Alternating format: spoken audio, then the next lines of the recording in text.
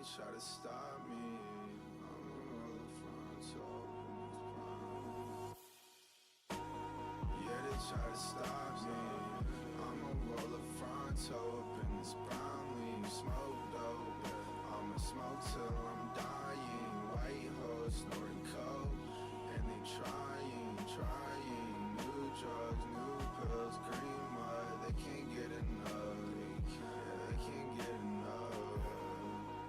I'll bankroll my bankroll. Yeah, they can't get enough. Yeah, they try to stop me. I'm a roller frontal up in this brown leaf. White hoes in my condo, moving so slow. Pink lines of the Molly, and her nose knows blue pills, and them 30 bangs for the fucking gang. We be tweaking all night. Yeah, we not the same. Yeah, we not the same. Yeah, we not the same.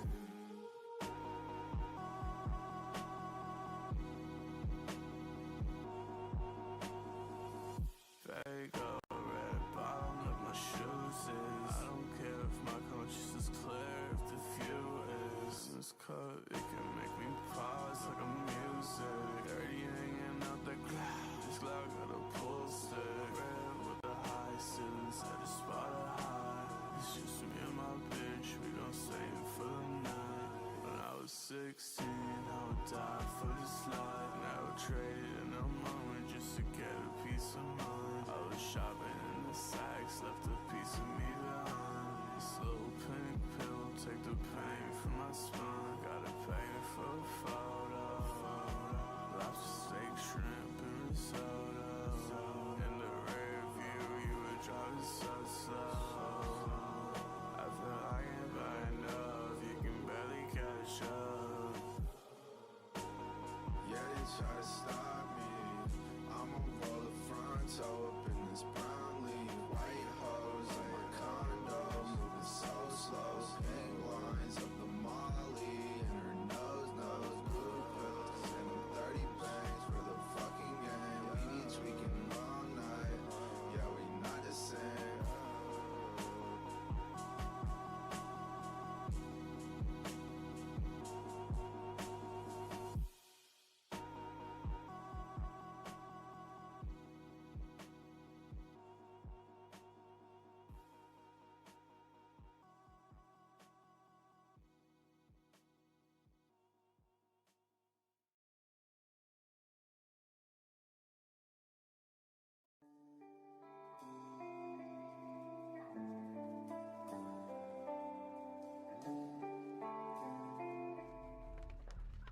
Welcome everyone, good evening, and tonight we are hosting the first or second Battle Royale event. Now, the 3 killers that we have in the pool are going to be Demo first, followed by Wraith and Trapper, and the top 10 will go towards the Wraith set, and then the top 5 of the Wraith set will move on to the Trapper, and then we've got a guaranteed prize for those 5. But of course, you want to take the first place as our first survivor takes the first chase against the Demogorgon, who will be Oblivion tonight, playing all the killers. Our first survivor is going to be Owen from Hong Kong, immediately dropping the Shack pallet, so recognizing there's not really much safety of fillers around, and makes his way towards the bottom side of the map, where he does have this car god filler here, but I feel like he'll be zoned on it since there's not really going to be that much resources to connect to. And yeah, we do see him try to power back the Shack, but I feel like he doesn't have enough distance here, so he should take an M2 to the back if Oblivion plays well. And yeah, recognizing that, he's piled and actually goes for an FOV tech, but unfortunately will not pay off. So that's I'd say pretty decent first hit, but he's piling towards this RL tile and now takes a window. So not sure if he has much safety around, but he did pop the live, so does head back up the map and checks out what he has and sees, oh, it's just another RL wall for him to play. So I feel like this down should be coming in soon. I don't think he has any other like really strong pillars for him to play. So maybe he does a bit of a jiggy here, but Oblivion catching onto the nice power and does get it down onto Owen. So yeah, well played. It seemed pretty good for the chase, and we'll be heading into the next one shortly.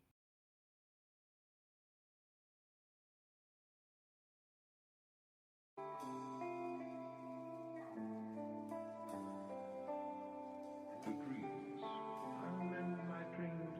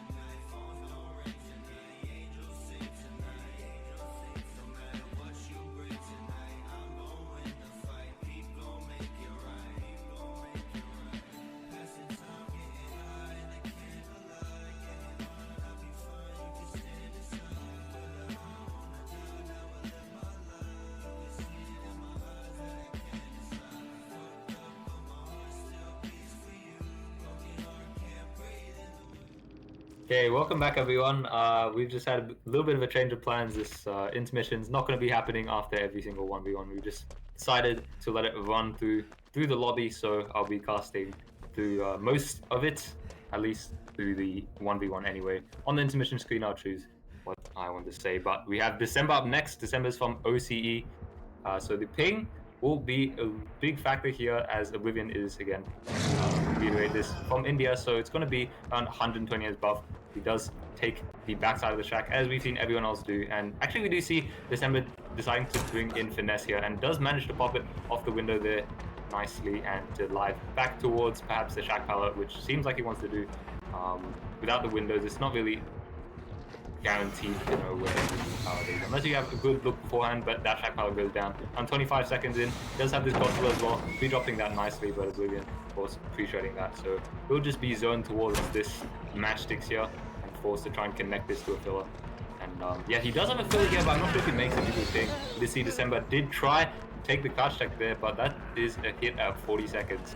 And now on this TL and trying to jiggy path away, I don't think he'll get that much more time, and it seems like he'll be going down after that 52-second chase, I believe, just off my own live split, which I did have to open. I completely forgot to open it up, but yeah, December takes the current number 2 spot, as Owen did get a 1 minute and 3 chase from the previous chase, so December is sitting in second for now with his 52-second chase, I believe, but I'll have to confirm that later. So a little bit more of an introduction as to who's playing. December was our second survivor from 25. If I look at the list here, we do have a few notable standouts, such as, I'll just say right now, Sen. Sen is on, I believe, at queue number 19, so keep an eye out just a bit later for Mr. Sen to reappear on the 1v1 scene, as I think he will be eager to get back in and show who's boss, I think, for OS anyway. But again, we have a lot of majority of SEA players, and actually East Asia players as well. So we've got a good spread. I think I saw 6 Thai players, 5 from OCE, and then everyone else is kind of spread out, but it's mostly SEA. As we head into the next survivor, which will be Sin from Indonesia, and this time the ping won't be as harsh. But we did see he brings drama finesse. Oh, he's from Japan. Oh, I got the wrong one in this server. Thanks for confirming. So Sin from Japan to India should be around, I'd say, 60 to 80 ping. So still somewhat playable. The ping shouldn't be too much of a hassle, but I feel like drama finesse, I've not really seen that much drama finesse against the Demo Logan. I usually see live going on. So we'll be taking the backside, but unfortunately perhaps not getting all the distance there, and we'll have a little bit of distance, but decides to drop the shack pallet just at the 16-second mark. So he'll be heading his way up the map. I think yes, it is up the map, and yes, he does have the filler and the jungle gym nicely pre-dropped. I think he'll just be pre-dropping this as well. Yes, nice little vacuum there, but Oblivion's aware of it, holding the shred, and I feel like he will get into it now. But all the crouch comes in, so that's the first. This the first crouch check of the Battle Royale tonight. And probably I'd hope to see a lot more, as he does pass towards the crane, take that pallet, and perhaps make his way to the locker, which he will make.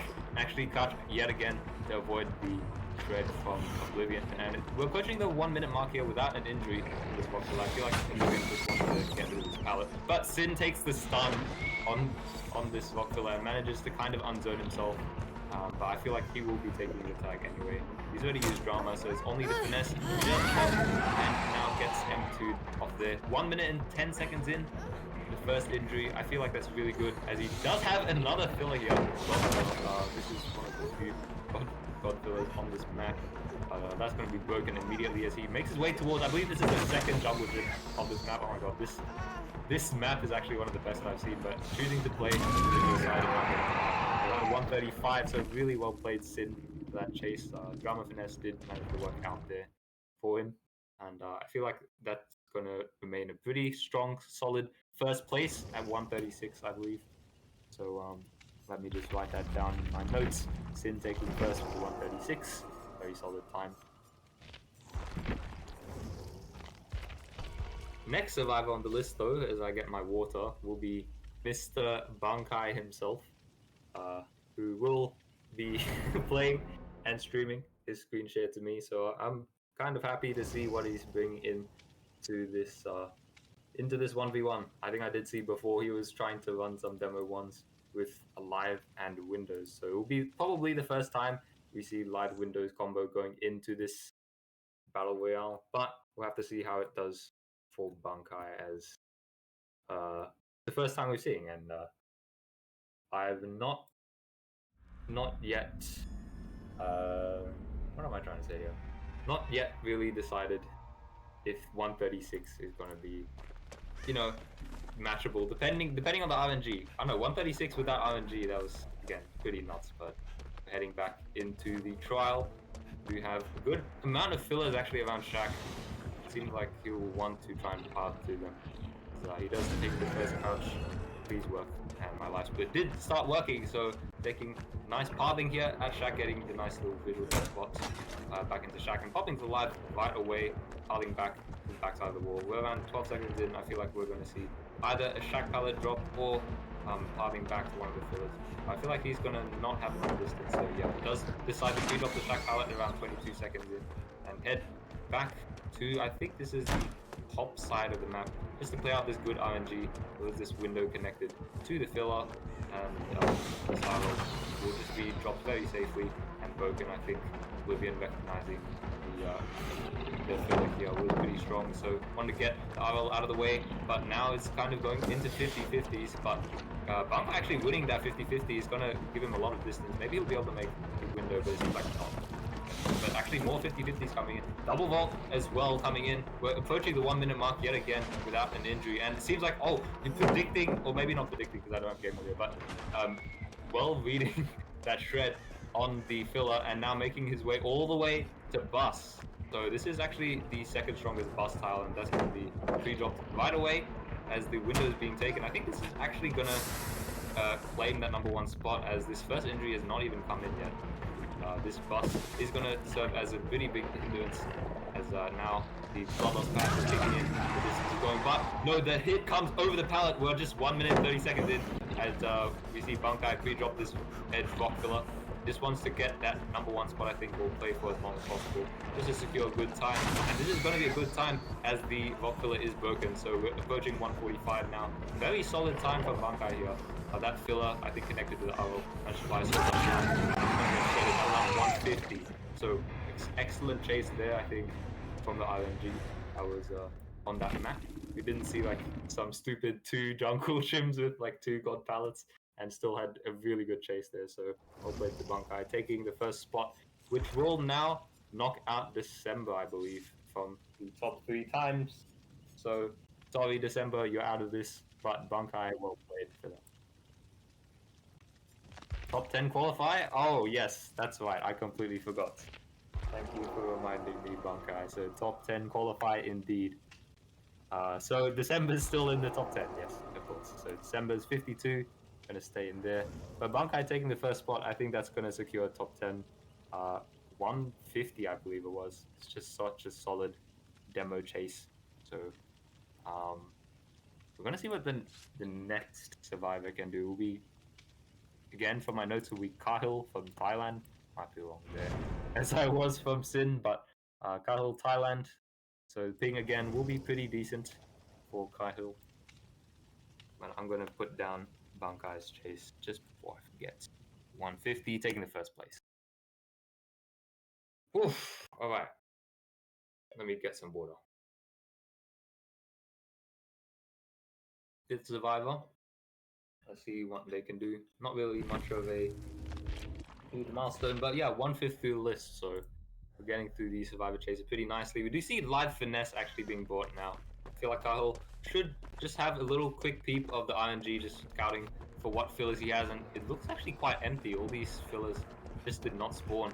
I feel like Kahil might have a little bit of trouble with trying to knock out maybe the top 3 times of this event, as we do see the demo double back on the track. Nicely started there, and We're just approaching that mark. Oh, no, we do have a God Filler here. Dropping the shack, and he does make it towards this. Actually, no, we have a jungle gym as well, kind of connected to the God Filler, but kind of zoned away now. So we'll be playing check spots here. Nicely read there, using the little cracks in the wall. But actually getting kind of mind game, but I think Oblivion maybe not expecting that little failed movement. So pull off the shred, but I feel like he'll get hit now. Unfortunately, Kyle not deciding to catch there will cost him the health state, so we'll pop the light off this shack window and perhaps make his way back to the setup, but no, he decides to run to the edge map, back to this car filler, approaching the 50-second mark, so I think we'll take the 4th place now from December, and that is indeed the case, as that 55 seconds does approach. We do have the filler here as well to play off, but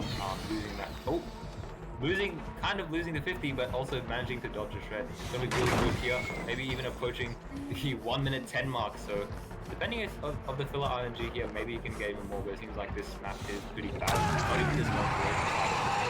It'll be the ending time of 1:16, so still, I'd say pretty solid chase. Didn't really have that many fillers, I think, around shack. Only that one like car filler, which wasn't dropped at all, so seemed pretty good to me for the RNG that was given. So I'm going to write that down, 1:16. I will take over 3rd place, actually. So Owen's knocked down from 3rd to 4th with that chase, so well played, Cahill, with the 1:40 time. And the motorbike is just outside. That just happened. We have a next survivor, Nong Snow. I could not find which country he was from, so if I could get a reminder, perhaps. Maybe Bankai, you know. Oh, Thailand. Thank you for that. So we have another Thai survivor coming in. Let me write this down. PH for Thailand, and we're heading in. So on the Lorry Strode now with the Prestige 6 head. So they're kind of serious about this Lorry Strode outfit. But we have to see what map they get, as usually the survivor that you pick does not influence your RNG. So loading in, we do see the light windows combination yet again. 2nd one for tonight. I feel like we should see more of this, especially from the O survivors, just because, I mean, finesse is still good on the ping, but I think for Windows, perhaps over live, there is that, like, there's that argument that finesse perhaps won't be insane, but Long Snow does kind of take that. Okay, so unfortunately we get mind game at the track. We managed to crouch check it, but unfortunately we get body blocked by the talent, so it's going to be the first hit around 10 seconds in.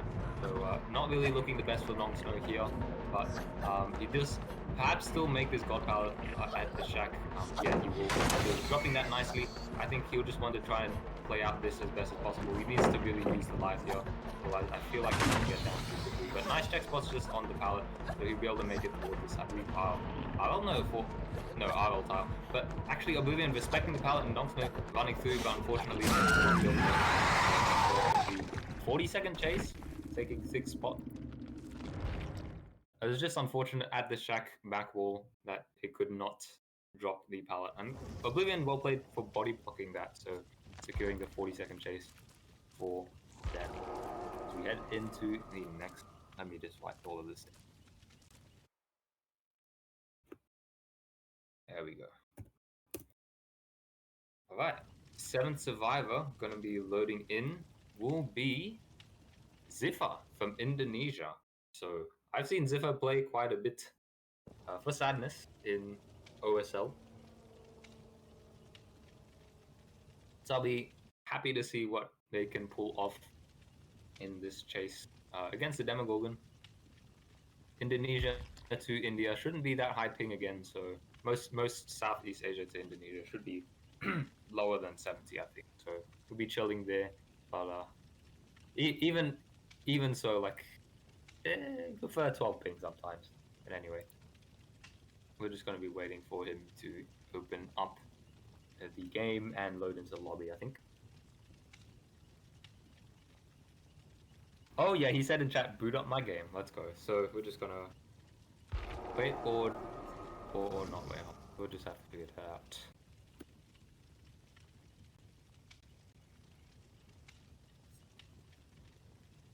Alright, so you joined the party. Let's go. Ziffa's here with the tap outfit. I do like the pants here and the glasses. So I don't remember if Nightlight actually made a tier list of this detective tap fit, and it looks very similar to Spitz's outfit. But I think Spitz uses a different top.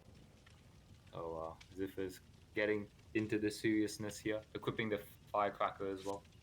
So we're going into that chase pretty shortly. I'm just gonna take a break, get some water again.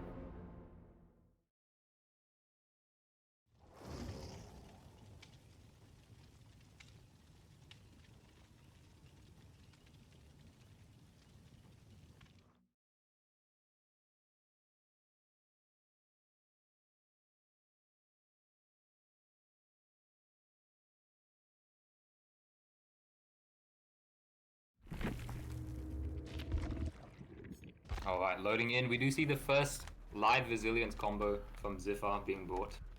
And he does actually spawn in, I believe, on the top side here. Though I didn't get a great camera angle, so I have to double check. Yeah, it was the top side. He has a god filler in the deep. Oh, sorry, bot side. God filler under deep 6 with a jungle gym and also the filler. So I feel like Ziffer will want to try and run towards that bottom side RNG since it's very good pallet safety around that area. But seems like the rest of the mid map is still a bit deployed. But I have to check that. Ziffer taking the crash on the shack as usual, running around alongside. I think that's we've seen everyone do that. But actually deciding to fast hold the window here. So blocking the live pretty early and oh sorry. But decides to drop the god pallet and make his way down the map. Yeah, we did have this kind of like god car filler connected to the jungle gym, but I think Ziffer wants to try and play the jungle gym a little bit more as it buy a lot of time from the jungle gym, but Oblivion just wants to close that off with the bamboozle and actually holds the shred, but Ziffer deciding to greed this. I feel like he'll get that shred will come through at around 40 seconds in. So Ziffer perhaps not in the best position to get M2'd again, so Oblivion with the 2-tap there on the Demogorgon. So well played to Oblivion, but I feel like Ziffer just that one greed on the jungle gym. He was a little bit zoned, so I understand that the greed was kind of required in that sense, but that chase was around 50-ish seconds. So I'm going to take, let me see my notes, going to take around 6th spot with December, but I'll have to double check that. Hold on one sec.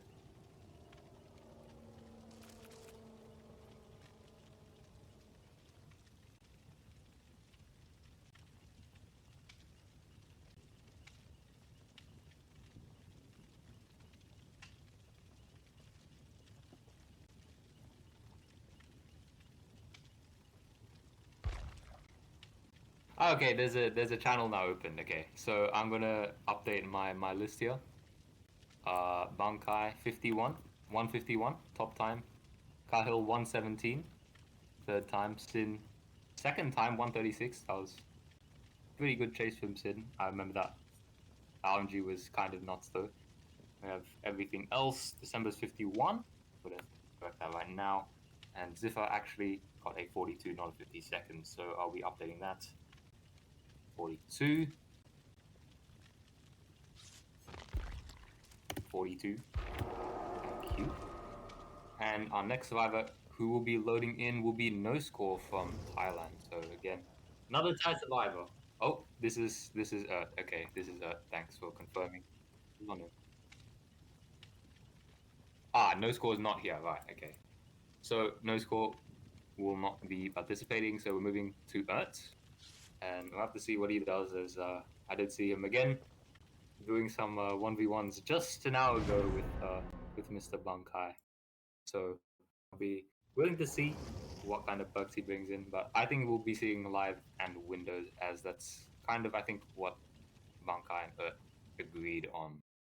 So we're going to be loading into the map very shortly.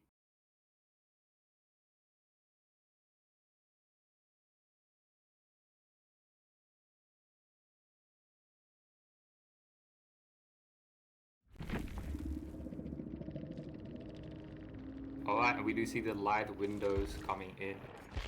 And we did immediately see the Demogorgon spawn on a Godfiller, but we did see spawning in this, I think, deep 12 area of the map with kind of no safety whatsoever. You just have a like a more right amount of pallets within map. This 4-lane kind of does connect into Shack kind of nicely, but apart from that, yeah, the fillers are kind of spread out apart from the one rock filler, just right outside there. So I think Bert here wants to head. Actually, I don't even know where he wants to head. I wasn't paying attention. He does start the chase, running around the backside as usual. Anyone's gonna not be doing that tonight. And runs around it again, perhaps wants to connect this to the 4-lane. Seems like that'll be the case, running towards it. Perhaps actually running towards the window, not dropping the pallet, so we'll be seeing the live pop. And that's actually where we had that God filler. But unfortunately, the bus here is not going to... Oh, never mind, it's the God bus. And I thought it was a split bus. So he has the best bus here, and I think we'll just be dropping the pallet and making our way back towards this castle here. But I'm not sure if he makes it, because the Demolition does actually go pretty far, but we'll manage to drop it safely, make his way back towards perhaps his 4-lane, but actually forced to play TLs right now, 40 seconds in, still pretty good. But actually kind of pre-vaulting the TL there, unfortunately, so we'll get the, I think, M1 tag through that. Loses a little bit of distance, so we'll have to drop the Shack here and let it connect it perhaps to the rock filler, but not piling towards it, instead deciding to play this 4-lane. We'll have to get some good RNG, but no, actually Oblivion missing the shred there, so Ping is on Earth's side as he makes his way towards this another 4-lane. Does get shredded. There's going to be around 110 chase for Earth. So, yeah, I think the fillers weren't the best on that map either, and I think you didn't have any jungle gyms either, from what I saw anyway from Windows, so that's alright. And let me just find that. 109.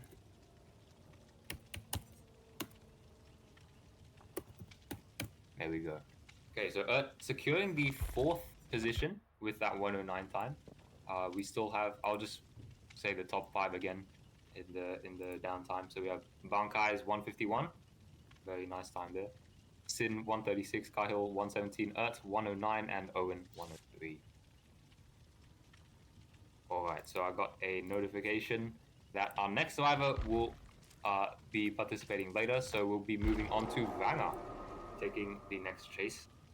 Quinn here was the player who will be playing later, so we'll get back to that in a bit, but next in queue is Vanga. So Vanga is OS and from WA, so perhaps the ping will be a bit less brutal to India, as I believe when I was playing against Vanga's killer, actually no, when I was playing on my own Singapore servers and Vanga was playing Survivor, or the reverse way, he gets around 60 or 70 or something like that, so shouldn't be as brutal as some of the other OS players, as we're going to see later on. But yeah, Vanga going to be loading into the lobby.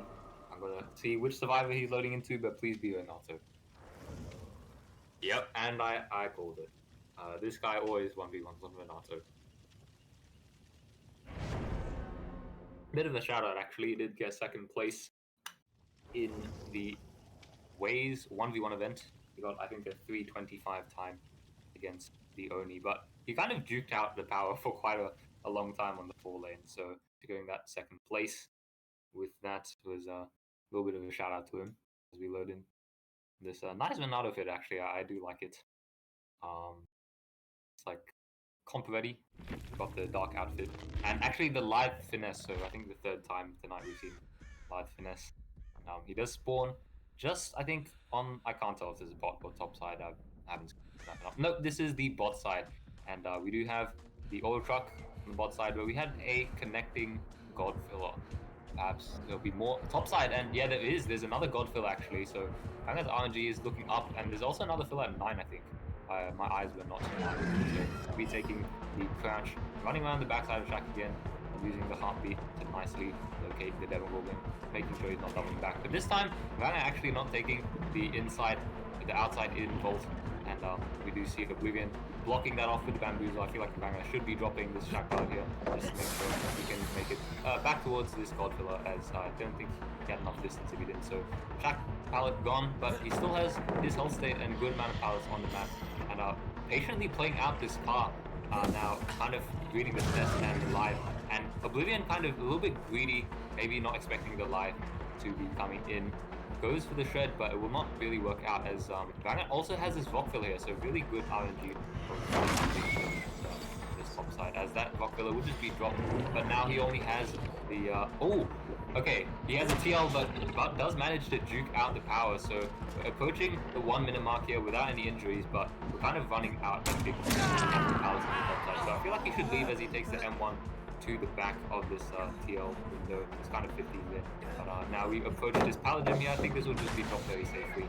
I think Ranga wants to try and play this bus now as he's kind of zoned towards it. So yeah, he'll be playing this bus. It's the all-right bus. It's not the best that you can get because the vault is, of course, not the best. But actually, Ranga kind of understanding the situation is it does double back on the pallet, on the window, but does get down. So Oblivion taking the shred there. I think Ranga was zoned there anyway. So taking the 123 time. Go to my notes. 123 takes 3rd place, shifting Cahill down to 4th. Cahill's 117. Now surpassed by Ranga, 123. So well played. You're in the top 3, sir. 123. Let me just double check. Right, 124. I'll just update that. Okay, so our next survivor will be Smokie Hellfire. Smokie immediately loading in on this really strange Tory Kane outfit. Smokie's from OS, so not from WA, so he will not be getting the best ping, I think, to Asia. But we'll have to see what he can cook with his build, because we'll be loading in very shortly again.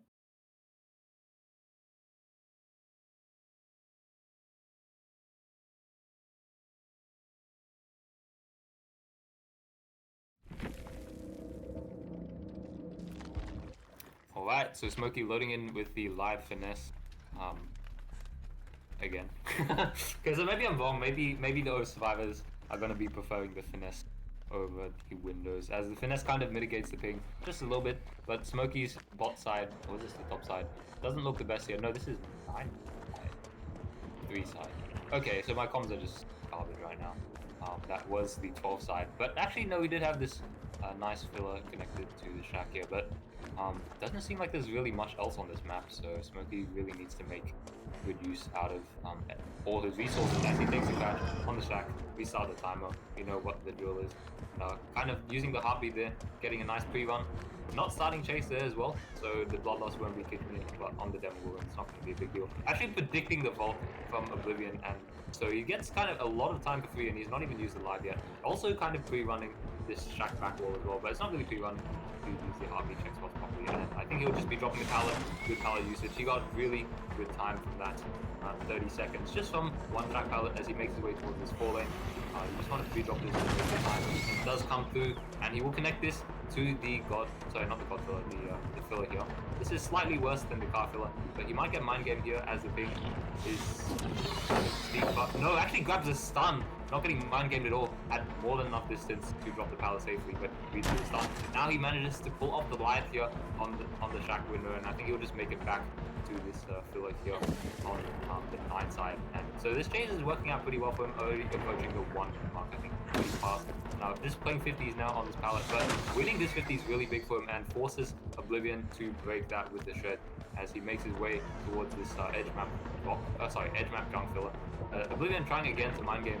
This time it's not going to work again, but so he's just playing for time here. Not really, I think, doesn't really want to greed too much, but actually no, does run through. Perhaps he'll actually make this, and it seems like Oblivion kind of mind gamed himself, so Smokie will very safely be able to make this drop and use the finesse to get out of that situation. We're already approaching the 1 minute 40 mark here, and no tag available, so he's still got so much to play for, and grabs the stun as well onto Oblivion. So this is really good play from Smokie. He's won pretty much all the 50s here, and makes his way back up the map, back towards shack. I feel like he's run out of stuff here. No, but he has a pallet, and he does make it on the ping, and that break will come through instead, but now he's out of pallets in this bot side of the map. He won't be able to make anything happen, and he'll just have to take M2 to the back and try to play the top side, which I think we did see a jungle gym, so I'm not entirely sure why he pulled away from that. But Smokie deciding to greed. But now this time, kind of will get movemented, but Oblivion actually going for the shred there, so Smokie will get a lot more time out of it, playing the window and coming back to this filler. I feel like, again, I feel like he should go for the jungle gym if it was a jungle gym.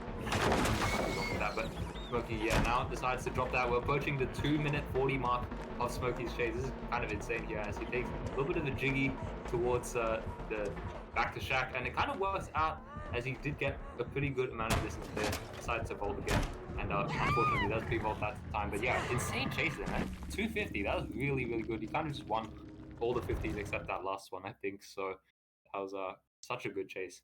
246, my bad. So Smokie's going to take that number 1 position, kind of pretty dominant chase there from Smokie. 246, that's very long, let's say. But yeah, I'll be putting that down. Smokie cooking with that 246 time. Well played, Smokie, taking the first position. And we do have, actually, a different survivor. You might realize that this survivor is not in queue. This is going to be Logic from OS. Replacing, I believe that was, let me check my notes again, replacing No Score from Thailand. So instead we have Logic playing in to make that 25th player.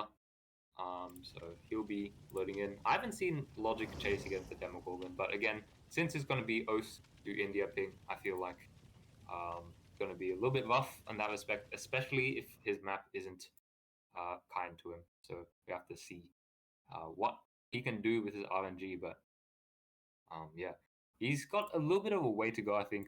Right now, the top 10, let me have a look. Actually, wait, this is the 10th chase. Top 5 right now is 117 and above. So that's what you'd want to secure, perhaps, if you're Logic. But Logic now loading in. Has a few fillers, but not actually, no, okay, not that many. But he does have the cast stack filler, so pretty nice for him. I think, yeah, he's not going to scout the rest of the map with the windows, and decides to instead run around this window side. And I think he'll just be taking this tag perhaps pretty quickly, but no, actually, good recognition there from Logic. As he heads towards this jungle gym on the 2 tile, I think he'll just want to play this pallet and grab that. Okay, not grab the killer stun, but I think now he should just get M2 here. Distance. And M2 does come through, and since it was an M2 and not an M1, he's gonna lose a lot of distance, but unfortunately now gonna be zone. Well played to Oblivion there. But I feel like again Logic couldn't really do that much. It was kind of 50s at the end of the day. I think he did want to vault the pallet there. Oblivion kind of predicting it, predicting the live, but will not really be able to get the down. But yeah, Logic using the light, making it back towards his bus, but his bus isn't the strongest on file. Yeah, Magic's getting zoned away from the pallet there. I mean that he just gets down in 50 seconds, so that will be taking number 8 spot, I believe. So Logic with 50 seconds, just 1 second shy of December's. I'll just check the scores just to make sure. And it's going to update very soon. So Logic, 50-second chase there. He still had the jungle gym up, and he still had Shaq pallet up, so I feel like that could have gone for longer. You know, you gotta make do with what you have. So still pretty good. Around 3 pallets dropped, so really not that many you could get. Realistically, in a 4v1, you get more value from the pallets later on as well. So that's a possibility. But I see a chat question. Which time is first? Smokie Hellfire. Smokie Hellfire is on 246. So, and it's also Logic in chat saying started the wrong side of Shaq. Yes, that makes sense. I don't think we've seen anyone run around the short side of Shaq, and definitely kind of realized the mistake after you see the demo going through the window. So, yeah, just a little bit unfortunate there, but again, kind of got to make do with what you have. So, well played to Logic. This is Waze. All right, so we're loading in to our next survivor. It's Waze from South Korea, taking another Renato. This time with slightly different outfit to Vanga's, but still has a hat, so not that criminal, but on the ways to become a criminal Renato, perhaps. 1 second.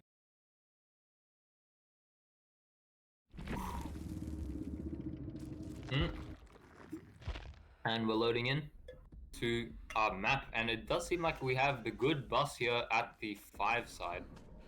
And connected to that, I think we had, yes, we had this God filler as well. No, this is not the 5 side, this is 11 side.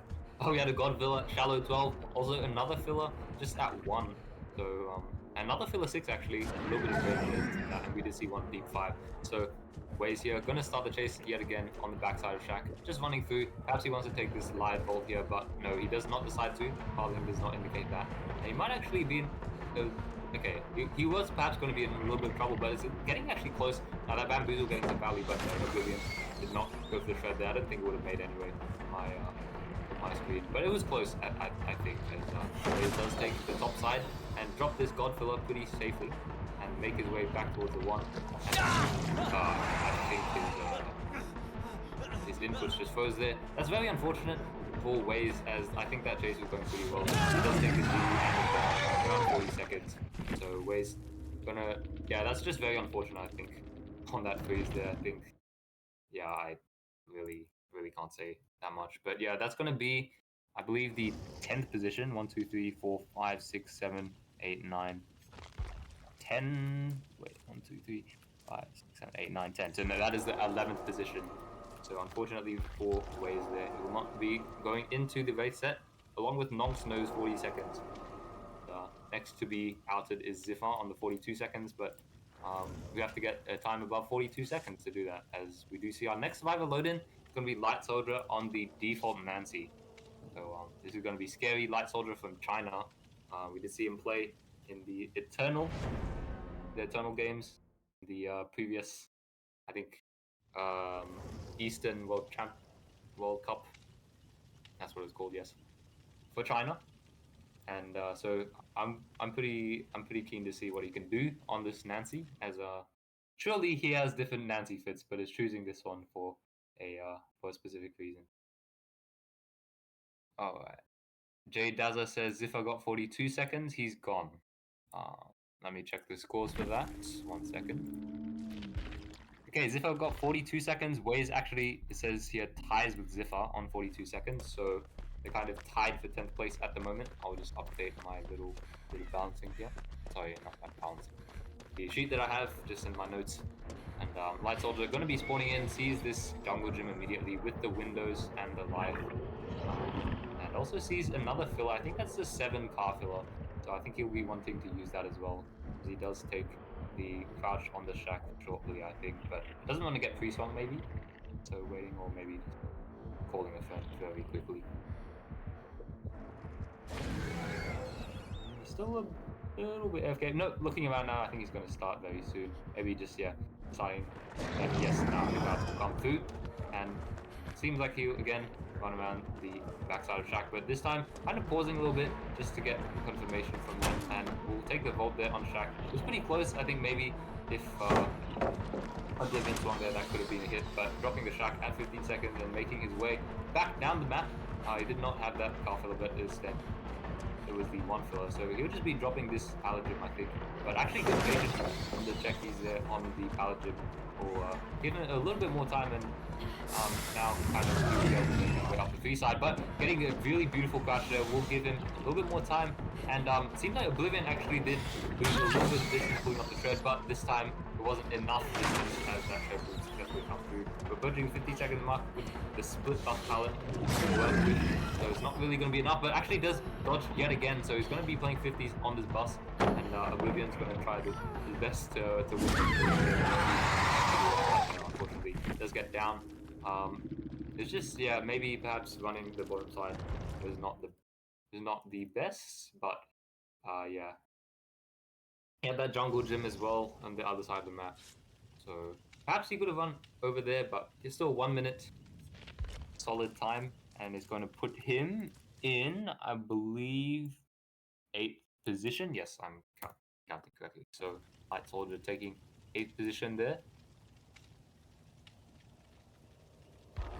And I did like the jukes he did, but unfortunately it kind of came down to making that junk filler, and he just got shredded through the pallet. So it's very unfortunate. I feel like if he got the stun off, we'd been able to get much longer time, maybe 1 minute 20, 1 minute 30 seconds, as he would have had that extra health state and perhaps make it towards the jungle gym that I was talking about. As we do see our next survivor, Slug, load into the lobby with the tap again. So similar to Ziffer on the tap, but yeah, Slug's also been playing in OSL, so let's see what he can do on the Demogorgon.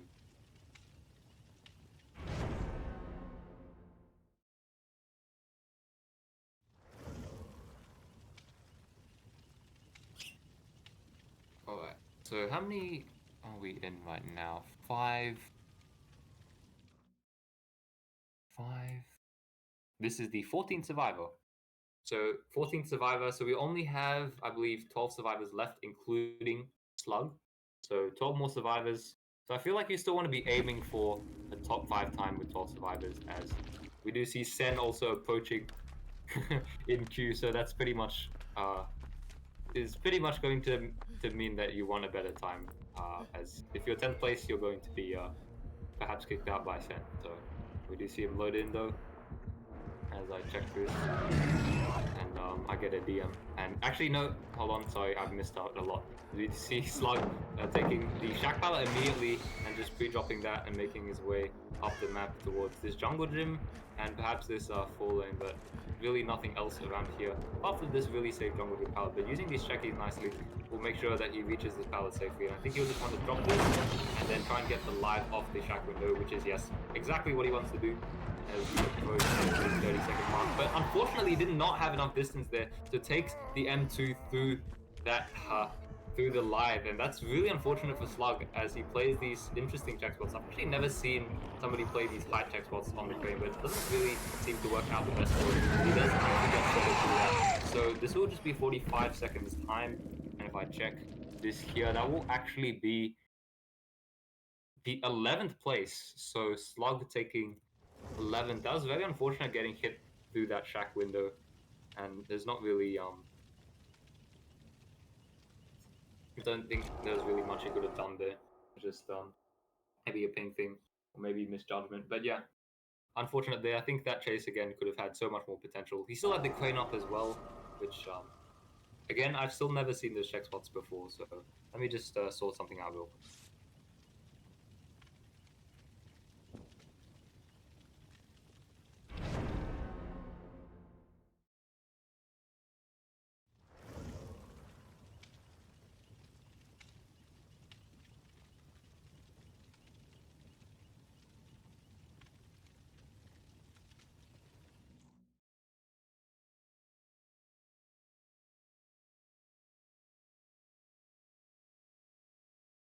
All right, that's all sorted out now. So we'll be getting somebody else.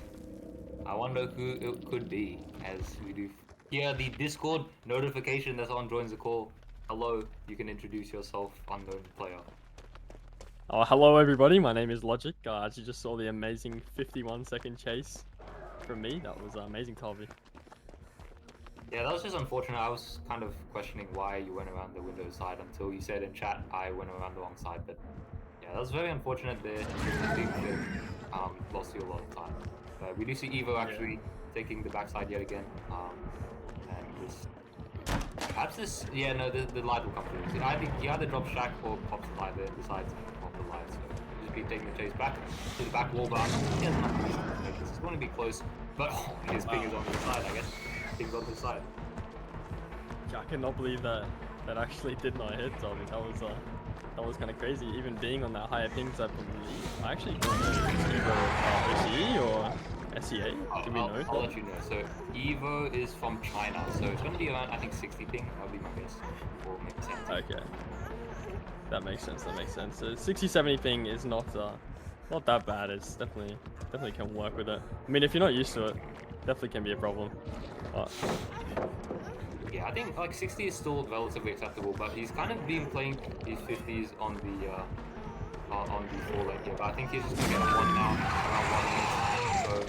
So still pretty solid. I think he only like dropped 2 pallets that chase. So again, perhaps he could have gone more, but playing the chase I think pretty well for the amount of pallets he dropped. As I'm gonna keep on reiterating, like the more pallets that you drop, realistically, the more time that you get. So 1 minute for like I guess 2 to 3 pallets seems pretty solid. We have our next survivor coming in the lobby. Should be Satoru from Philippines. So yet again, SEA, so the ping shouldn't be too much of a hassle, but can make you annoyed sometimes. yeah, I think having 1v1s on a wreckage yard definitely can come down to a little bit of RNG, but ping at the same time.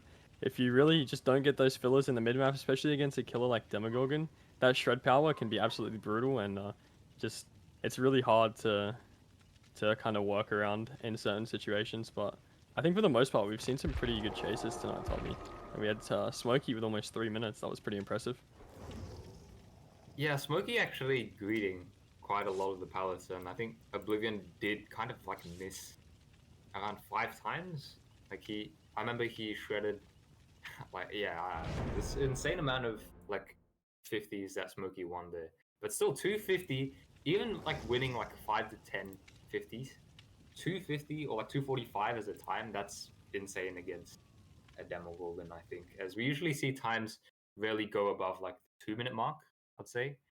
With very good RNG, you'll still probably get around 230, but again, like indicative of a 245 time would be the 50s were won. So I'm gonna see hold on, let me just check. Satoru, sorry, yes, Satoru loading in with the live finesse, and yes, Satoru loading in with the Ada yet again. I've seen him play Ada. Actually, I haven't seen Satoru not play Ada, so no surprises there from Satoru's survivor choice. So he'll be taking the chase immediately and see what he can. Oh, maybe he doesn't want the pallet side. Okay, going to the other side of the pallet, and I guess going to start the chase. Yeah, it's actually interesting. We saw Satoru just went straight to the shack. Didn't really care to look at the RNG. I think we did see Long Wall Jungle Gym. That was really about it. Greeting all the way around shack. Probably Bamboozle. Yeah, reads the Bamboozle really well. Does have this filler right next to shack. Probably gonna decide to play this. I mean, this filler can be pretty strong against Demogorgon if it's played right. Same with this style here.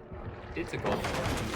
It's kind of understood that you should break it immediately, unless you have like blood loss 3 or something the same amount of blood loss. But Satoru, again, we did see he gets a good amount of time as Oblivion did decide to mind game the shack. But it seems like Oblivion wants to mind game more, but the finesse does come through and the live. So the shred will miss, and Satoru's approaching the 45-second mark only with this shack and the 4-lane drop. So yeah, wisely deciding to lead, but I feel like, oh, actually, that's not even dropped yet. So he'll be dropping that and perhaps going back up the map to see if he can get any better RNG. And yes, there is some better RNG here. There is a RL, I believe, and there's also going to be a filler connected to it, which is going to be the weaker filler, but it's still a filler, so it's better than nothing. But Oblivion kind of getting lost again, but Satoru playing this check, dropping the pallet now. We did see the break come through. Now he's a little bit zoned though, so I think he gets shredded here.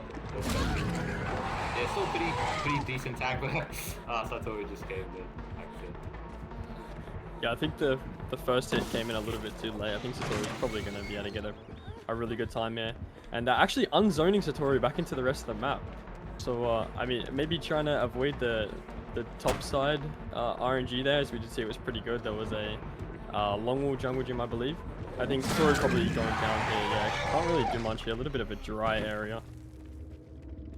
Yeah, so Satoru will be taking 141, and I'm going to update my thing again. I've actually kind of been negligent on this, but that is actually going to be 3rd place, and it's going to knock out, I believe, Logic's time of 50 seconds. But I want to check the scores here because I think I've been a little bit neglect. Satoru 140. Did I just see Potato Savage? We have Potato Savage in here. Another OCE name there. We do have Potato coming in. I've seen him cook a lot in OSL. His chases can be really long, but I do know that he can crash out. So if this hit comes in early, maybe he's in a little bit of trouble. But he's pretty, I think, respected for like having a good survivor side. So the time that he needs to beat to get into the top 10 will be, let me just copy this and put the things in. 5 Vanger Light Soldiers, 59 seconds. So all he needs to do is get 1 minute to secure a top 10 spot. But top 10 I don't think will be safe, as we still have around 8 more competitors left. So 1 minute is completely doable. So I think he was going to be looking for a lot more than that. Yeah, I think as you said, Tavi, Potato's a pretty strong survivor, and I know myself, I have versed him a few times in some scrims and show matches and all that sort of good stuff. Definitely a strong player. Potato actually deciding to check his RNG here just to be 100% sure with what he's got, running that life finesse. I think we see that a lot. I believe finesse is just really helpful against Demogorgon, especially being able to avoid those shreds that you would normally get hit on a fastball. Actually has really good RNG here. This filler next to Shaq is in a perfect spot so whether he can just play it and connect it to that Shaq if played right. Dropping the pallet really early here. I think Potato's probably just playing for a more average time, around a minute 30 or so. I don't think he's playing as such a win. Wow, that was a really close shred. Yeah, that was a close shred. Oblivion, I don't think he would have made that, but he was trying, I think, his best to either at least body block this survivor or just get some distance. But Potato will be using this IRL dropping the pallet just as we approach the 35-second mark. Heads back to the bus, going to drop this as well pretty safely, and does not want to take the vault actually. I would have assumed that he vaulted there with the medium, but actually does part outside. Not really entirely confident on the window, but does take a hit. It's like one of the best hits that you can take as Oblivion kind of has to run all the way around the bus side to kind of catch up to Potato. So yeah, he'll be taking the 1 minute time pretty safely, but he's still, I think, got this entire top side to work with. So we'll have to see what he can cook with that. Yeah, I don't think we really saw the RNG on the top side here, and as you can see, it is not amazing. This garbage truck is very, very hard to win on the survivor side of things. Does have this filler here, but not sure that he's going to make it unless he gets a good crouch. Yeah, no, unfortunately not. The ping was not on his side there, Tavi. Yeah, it was, I think, still pretty solid time, especially on ping. 118, I believe. Going to Potato Savage will knock Light Soldier out of the top 10, and it will put him in 6th position. So I would say 6th position is pretty safe, but you can always get a lot of survivors overtaking you suddenly, and then it's a very shaky position. So still, 6th position, very nice for Potato there. I think he should be happy with the chase. As I think that one time on the bus where he didn't get shredded, and he took the medium vault with the live when Oblivion shredded off the hill, that could have been a lot worse for him. So he'll be happy with that. I'm pretty sure that there's a bit of a funny hitbox with Demogorgon when he shreds off of a hill. I don't believe that even if you bump on the survivor, I don't think that it can actually connect. I definitely could be wrong, but I'm pretty sure that it's not physically possible to connect a shred like that. Yeah, that's true, I guess. I mean, maybe the body block is impossible there, but we do see Nong Hyori, who was our previous killer in the Waze 1v1 event, stepping up for that. So I'm going to shout him out again because he was kind of called on late notice to play killer as the Oni on that. And yeah, so shout out there as he takes the criminal Jake into the Veka's yard with live finesse yet again. Nong Hyori's from Thailand, so I don't think, again, I'm going to say the ping's going to be much of an issue for him, but yeah, he has this filler as well, I believe, on the 5 side of the map. Yeah, 5 side of the map. And he's just going to start the chase, running around the window side, which is a bit strange. So he's just going to pass straight towards his bot side of the map. Yeah, this is the top side of the map. I Yeah, think, I yeah, just deciding to. I think a lot of players, what they do, it's a bit of an early hit coming in there, is they will play the top side or the bottom side depending on RNG and which way the Shack's facing, and then come back to the Shack later on and just get a drop on the pallet as we see here, just for extra distance to make the other side of the map. So that's what we see here from the survivor, is playing the top side, getting hit early, so running back to Shack, dropping that pallet for the distance, and then running to the bottom side of the map, which really, the RNG isn't that terrible and definitely is good enough to make that top 10. I believe it's just over a minute that we need for the top 10 now, Tavi. Yeah, we just need a time of a minute and 40 seconds here, but this miss on the RL wall is going to be huge for Nong Hyori here, because I think that will pretty much give him a second chance to get this top 10 time. But he's going to have to play this 50 and actually blinds himself and manages to get away with it as well, but actually the blind on himself was a little bit too much, as he didn't see that the Demogorgon run past the window. But still, 104 is going to secure him 8th place, so going one above Owen, the original first runner, so 104 for Nong Hyori. Is that knocking Evo out of the top 10? Yep, that will knock Evo out of the top 10. So now Owen is the next on the chopping block. Wait, hold on. 1, 2, 3, 4. Sorry, wait a minute. Yes. 1, 2, 3, 4, 5. 1, 2, 3, 4, 5. But hold on a minute. Who is this joining the lobby? Who is this joining the lobby? I think our next survivor might be Mr. Sen. It is Sen. I think we're gonna see a crazy performance here, Tavi. Look, Sen is very, very good. He still plays very, very well on ping. We did see him take, I believe, I don't remember which event it was, but he did win a 1v1 event, which I think I believe that was was the Phantom Oni event, wasn't it? By Miji? I think Oh, he that was also the won event that. he I won. mean, there's Yes. an SEA event, I think, which he I think won versus Hippe. But yeah, so he can perform on ping, and his kill is definitely more scary though. I think. Than no, is it? No. I mean, both sides of it. No, Are that's scary, arguable. I think Sen is definitely good on both sides of the board. I think everyone would know. Everyone's probably seen a Sen performance before, and I think if anyone's gonna take that top spot, it's definitely gonna be Sen. Yeah, I think so. 250 is an unthinkable. Well, 247 is pretty unthinkable. But if you see some of the Sen uploads that he makes, because he has a YouTube channel, he frequently uploads even more unthinkable amount of times to his YouTube. But he does have alright RNG. I think I didn't really have a good look. He takes the first crouch on the shack. He's running the backside of the wall yet again and pre-running, kind of pre-running, inverse quotations because you can hardly beat. But getting the nice vision on Oblivion there, going back into the shack as he paths his way towards this Allergen and drops it pretty nicely, but the tread will come through, so he might be a little bit zoned here, so he might be in a little bit of trouble. As he has only this 4 lane to work with. A good target here with the finesse will make sure that he gets back to shack. I'm actually kind of surprised that even with the ping, he made that vault there. And finesse actually didn't proc because the pallet was broken before the end of the finesse animation, so he just got another free finesse there on the shack window. Gonna play this this pallet on the bottom side of the map. Wow, greeting this. Greeting this is very interesting to do on ping, but it's always gonna work out for Sen.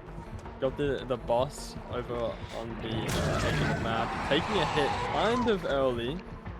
I don't think it's gonna matter too much. Doesn't have the, he does actually have the good window on the boss, but decided not to vault it. I think you're gonna go back to shack and drop the pallet just for extra distance. Not sure what the RNG is actually like on this side of the map. He had 2 fillers, and then also I think this is bottom side and actually running through to this. I believe it's a god filler here, but connected to the TL as well. So maybe you can cook something up here, but actually does lose a little bit of distance on the backside, but still will be able to safely make the pallet, re-drop that, and head his way, I think, up the map, back towards this filler here. But this shred will just barely miss as Sen just runs through the pallet. We're approaching the 140 mark, so I think this is going to be pretty much top 10 secured into the raid, but he's kind of forced back into this TL setup, and I think the bamboozle might just seal his fate here. I'm not sure if he makes the windows, but there's still 150 time coming in from Sen. Very, very nice. I think that's going to take 3rd spot, just 1 second shy of Bankai's time, so very nice chase there, Sen, to secure that. 158 is still an insane, 150 is still an insane time against the demo whirlwind. Yeah, especially on the ping, like you were talking about, Tavi. Who do we have next? Would you like to fill me in DC here? Gamester. DC Gamester. I've seen this guy chatting a lot, and I think I saw him in the Oni event, the Phantom one. But apart from that, I didn't actually see the chase. So I want to see how he does, because some of the things I've read in chat are from DC. I have to admit myself, I might have to question them, but in a friendly. Yeah, that is fair enough. I actually have seen DC Gamester around, but have not seen any gameplay, so I'm also pretty keen to see how this goes. It's always good when you don't know what to expect from a 1v1. It kind of just builds it up a little bit more intense, you know. Yeah, and we see he has a jungle gym, and he also is a clown. 2nd clown for tonight. But I don't think the clown again is the right play. I think the live is just better, because even with dramaturgy, it's pretty easy to get kit through a dramaturgy, and if you get, well, I mean, expose isn't a big deal, but still, it can be significant as he does start the chase, running around the backside of track yet again. And nice checkies there to make sure that the ping isn't an issue, which I should have just talked about.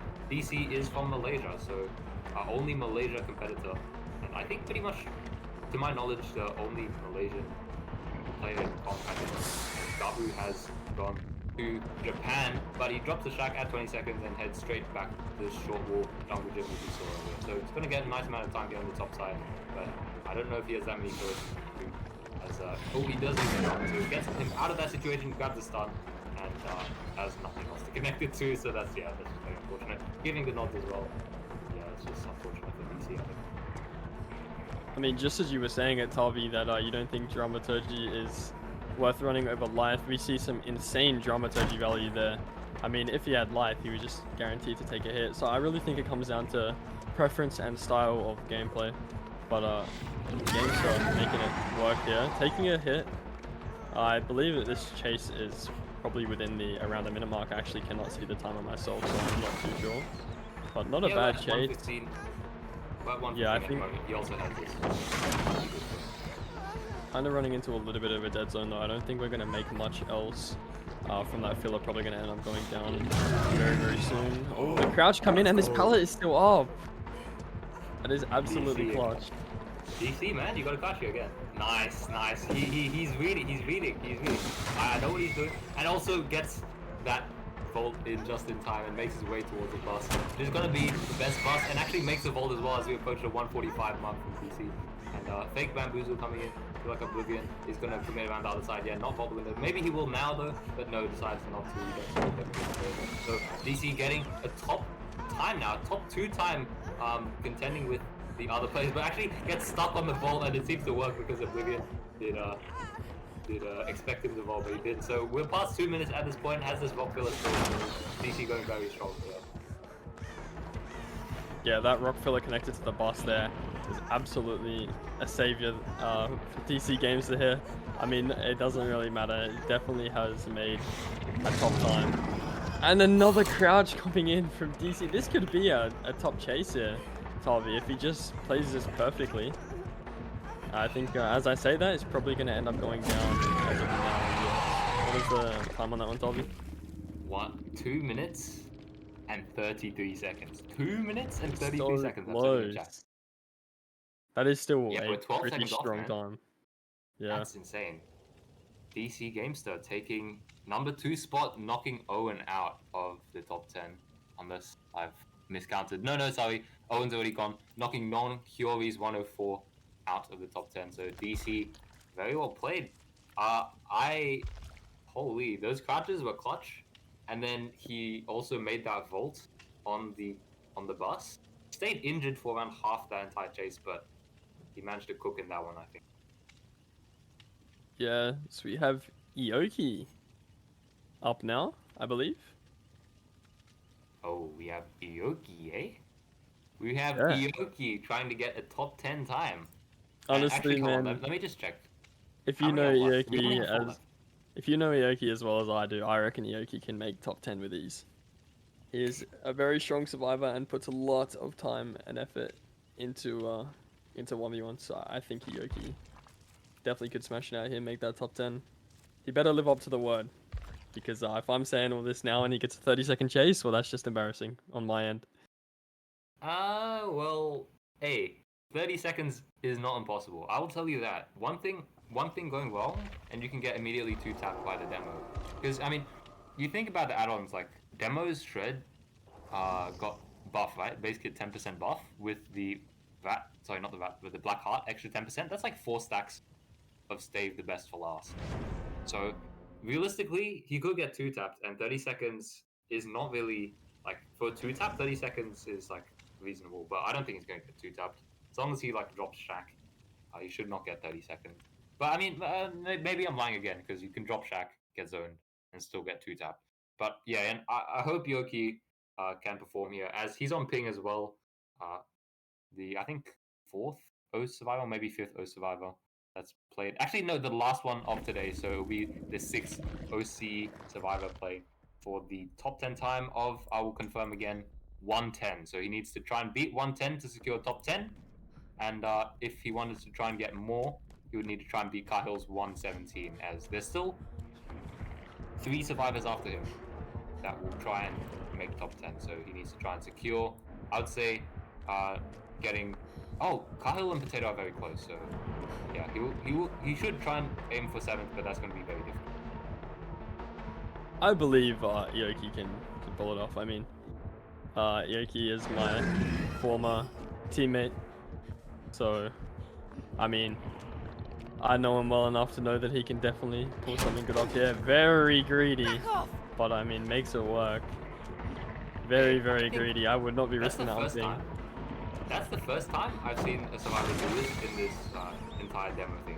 Go inside the shack and then vault it out. I think that's what a lot of survivors were doing before against demo. If you get zoned on that side, you play the vault, the inside out vault. And if you go to the outside, then you just get the normal track wall. As he does drop the jungle gym nicely, piloting just so he doesn't get hit. I think he might want to pre-drop, but no, actually trusting his ping here, and he doesn't get mind game just enough to get injured through that. So approaching the 45-second mark now, running past his TLs. I think he's just going to try and play for that 105. But look, 117, 118 still looking completely possible here. But no, he actually zones himself just a little bit. Not sure what he has here on the 7 edge of the map. Luckily, we do see a filler here, and I think he's piling toward perhaps car filler, but no car filler spawn. So we do overtake Earth's, sorry, not Earth's, 110 down. Wow. Wow, just got a little bit of a mistake there, trying to play the short side of that filler. Especially on ping, you just cannot afford to play that. Oh, I really should have been pre-dropping that there. Did he not get it? That's not enough, man. That's 108. It's Oh, 2 it's not seconds enough. shy. I feel like if he didn't zone himself with that vault, but I mean, it's impossible to tell, really, because ping, finesse, they kind of cancel each other out, so I think it was close. I think all Yoki needed to do there was pre-drop that filler and just play around it until it's broken, and then just try and make enough distance to get somewhere. And even if he doesn't, the extra seconds from the pallet break, I think it would have been an off.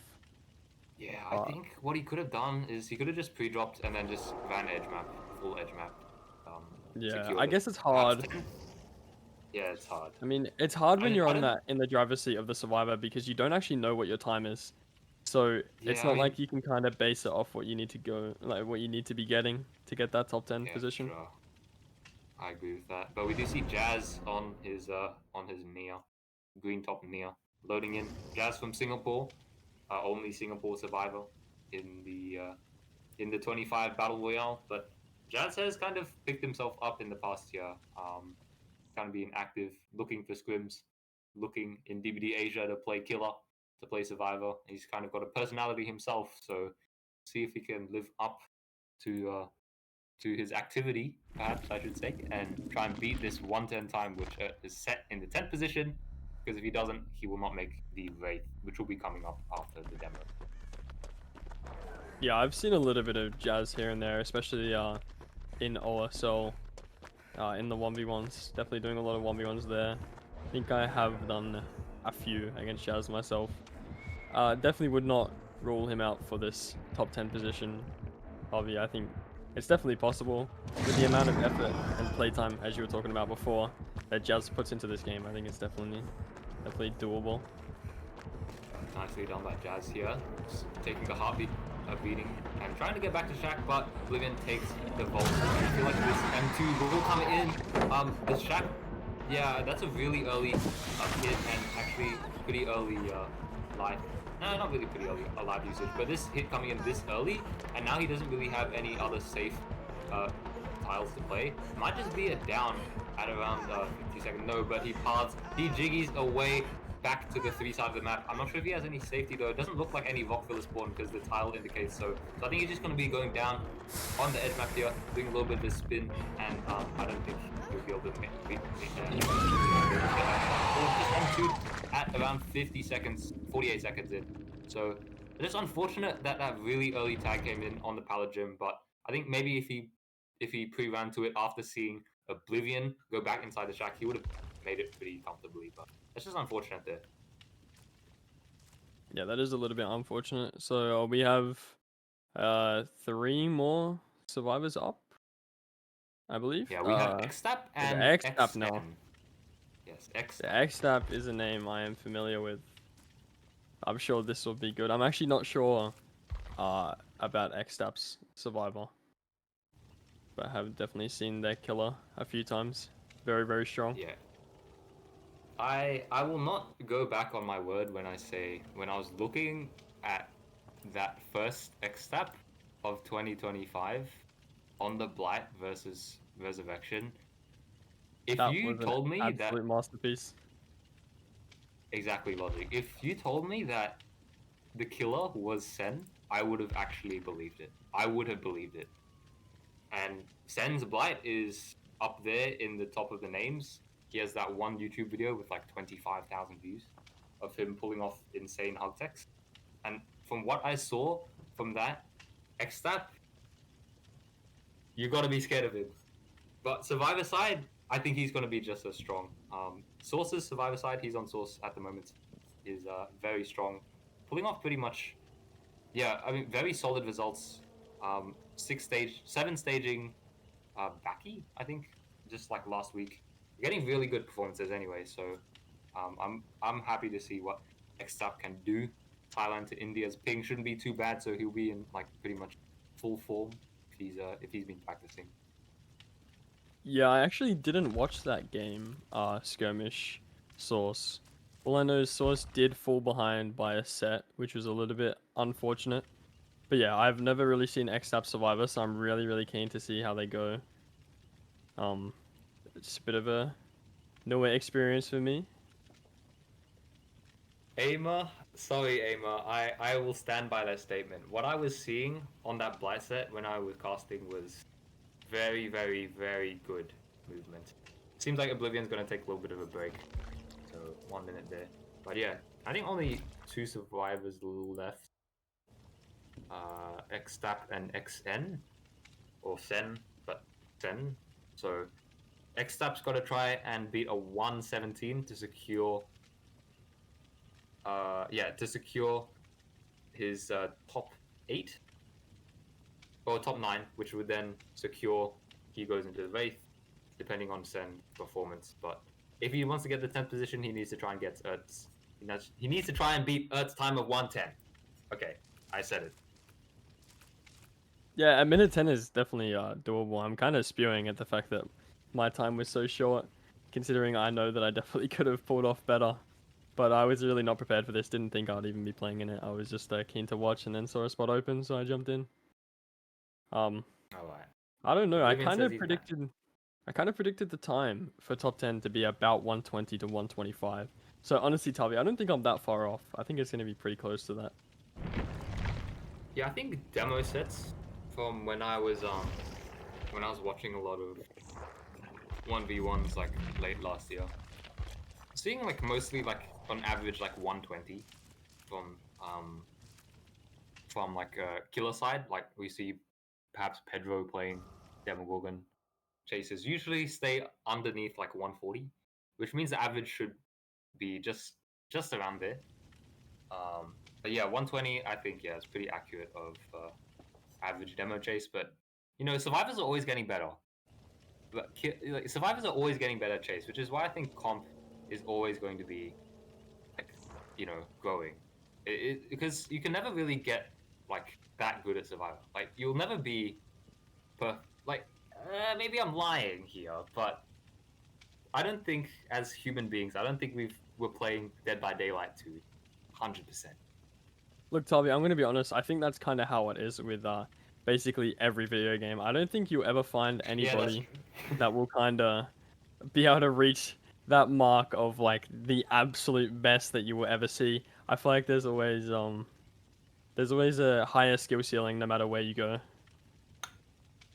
Yeah, and I think that that's why comp is like it's always gonna be around because people are always improving, and as long as like people are willing to improve, you're gonna have more competition, and it's gonna stay alive. Yeah, So I don't think there's ever going to be a time where that next doesn't step's happen. not actually joining the lobby. All right, so I'm gonna just double check. Maybe Xtap is not actually available. So Sen is going first. Xtap says he wants to go in 2 minutes. So he's So we going have Sen in first. first. Yep. Another player that I actually haven't seen myself perform. So Yeah, Be interesting I've to not watch. seen this player at all, I think. But they are from Thailand, and Thailand are producing some of the most impressive performances, I think, on at least on 4v1. I haven't kept track of the high chases this tournament though. So let's see what Sen can do, I guess. Yeah, I'm very interested in seeing what we can do. You see a little bit of average RNG here. The TNL is not quite something you want to run, and this filler on the top side of the map didn't spawn either, so that's a little bit unlucky. We see Sen running the Windows. I think Windows is definitely not a bad pick. A little bit unlucky with the RNG. No fillers around the shack, so honestly just going to have to play the shack for as long as possible. Yeah, not really anything that you can leave to play around. Yeah, but it does seem like he just breaks away just as... Oh, we did see Oblivion try and mind game it, so he does make this distance nicely. And actually does the rocket pathing. Oh, I like that. I'm going to say rocket pathing there, because it's not really a jiggy. You kind of like break line of sight, increase your distance, and then kind of try and predict where the kill will go based off the information. So this TL will be bamboozled. We're going to 30-second mark. Haven't even dropped a single pallet yet, but now we have to make our way towards the rock filler. Perhaps we're a little bit zoned here on the rock filler, so he needs to play the check spots well in order to stay alive. Yeah, I think if the killer correctly zone breaks here, it's going to be a bit of a rough time, but he does get the vault, and having Lithe kind of just saves him a little bit there. Doesn't really get zoned, which is good for Sen. Yeah. You see a stun coming in, a rare stun, actually makes it back to Shack now. So we'll be able to run that Shack for a little bit longer. I think this chase is definitely looking like it's going to be in the top 10. Yeah, maybe Sen is on an alt account, but I don't think so. But yeah, this chase has been pretty exceptional. This is actually one of the first times we've seen a survivor go for the inside out, the outside in vault on the shack. So really confident there from Sen. I feel like this time's gonna just confirm that. We've just passed the 120 mark, so securing that 8th place position, which is what you needed, or 9th place position, which is what you needed to make the top 10. So Sen secured that and just gonna be playing his style, showing what he can do in these last few seconds, taking a little bit of nice barbing here on the box just to extend his time a little bit, as no doubt he's going to get hit here.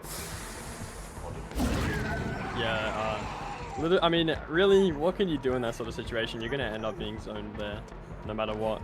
It's very dead RNG on this map here, which is actually a little bit unlucky, but managed to make it work pretty well, to be honest. The time that he's managed to get, considering, is actually pretty insane. We do have a little bit of a jungle gym here, a whiff there as well from Oblivion. But to be honest, this jungle gym is too strong against Demogorgon. As I say that we might be having a down. No, that's some really good pathing from Sen and a miss shred as well, and gets the stun right up the teabags. Wow, the teabags is insane. Sen is playing this so well with the check spots on the jungle gym, even going on the outside a little bit to avoid the shred and got the safe pallet drop as well. And we're approaching the we were just approaching first place time with that, but 2:37 is just going to be 8 seconds short, but taking second place over DC, pushing into the out of the Wraith bracket. So fortunately for they will not be participating in the Wraith Battle Royale, but that was an insane time, 2:33, and I think that all came down to like that unzoning vault with the live on the rock filler when he kind of vaulted that unexpectedly and then made his way all the way back towards Shack with the stun as well on the 4 lane. That just gave him so much time there, and then that secured his position and then played really well as well to secure that time. Yeah, I think I'm getting. Wait 1 second. Sorry. You go. I think Oblivion was just trying to get that zone to get the first hit. I think if Lithe wasn't in play there, then it probably would have been a first hit. But yeah, really didn't account for Lithe. And it kind of just messed up the rest of the chase. But I mean, it was really well played from Sen, especially considering that RNG. So we have X-Tap finally made their way into the lobby, so we're going to see X-Tap's chase now, I believe. Yeah, we're gonna see X-Tap's chase. I was just hyping this guy up just a little bit ago, but I mean, look, I've looked at the chat. I've looked at the chat. I'm getting some little bit of backlash about what I was saying before, but I still stand by it. I don't think I said anything offensive. And if it was offensive, then I'll apologize, but I still stand by it. Look, Tavi, I genuinely believe with your statement, Xtap's blight was genuinely, if that was on and you had told me that that was Sen, I would have believed you. That was an insane performance. 4k4 in a Div 1 event, it just doesn't happen very often. 4k4, I think. On OSL anyway, I think we only saw like 3 4k4s last season. And, 1 4k5 actually, but yeah, 4k4 is kind of insane. But anyway, he's going to take the survivor, not the kill and out, actually bringing the urban evasion. So he's that survivor, but not taking smash hits. So I think Xeno does like running urban smash hit. But I think Xtap just going safe with the life here. All he needs to beat is a 117. I make it sound that easy for 117, but really 117 is still, you know, you have to be focusing. You get mind game once, you can get 2 taps. Xtap, yeah, make sure that he's not going to get mind game the Shack, so holds that checkpoint a little bit longer as he takes the Shack window yet again, and notices the vault now, but the Bamboozle is going to get some value. Perhaps he gets shredded here, but the urban value. Urban's definitely an interesting pick, but I can see the vision for sure.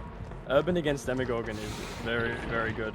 Just being able to dodge those shreds a little bit easier. You can play a bit more greedy as well with the urban evasion in play. That's insane. Sure, the urban value there was crazy.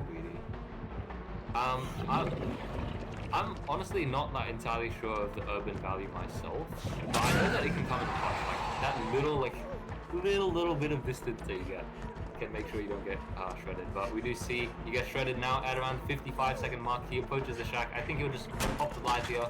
He only needs 20 seconds to make it into this top 10 to secure his Wraith. And it seems like he will be able to do that, but he gets a little bit stuck, I think, so it's going to be a little bit rough. No, okay.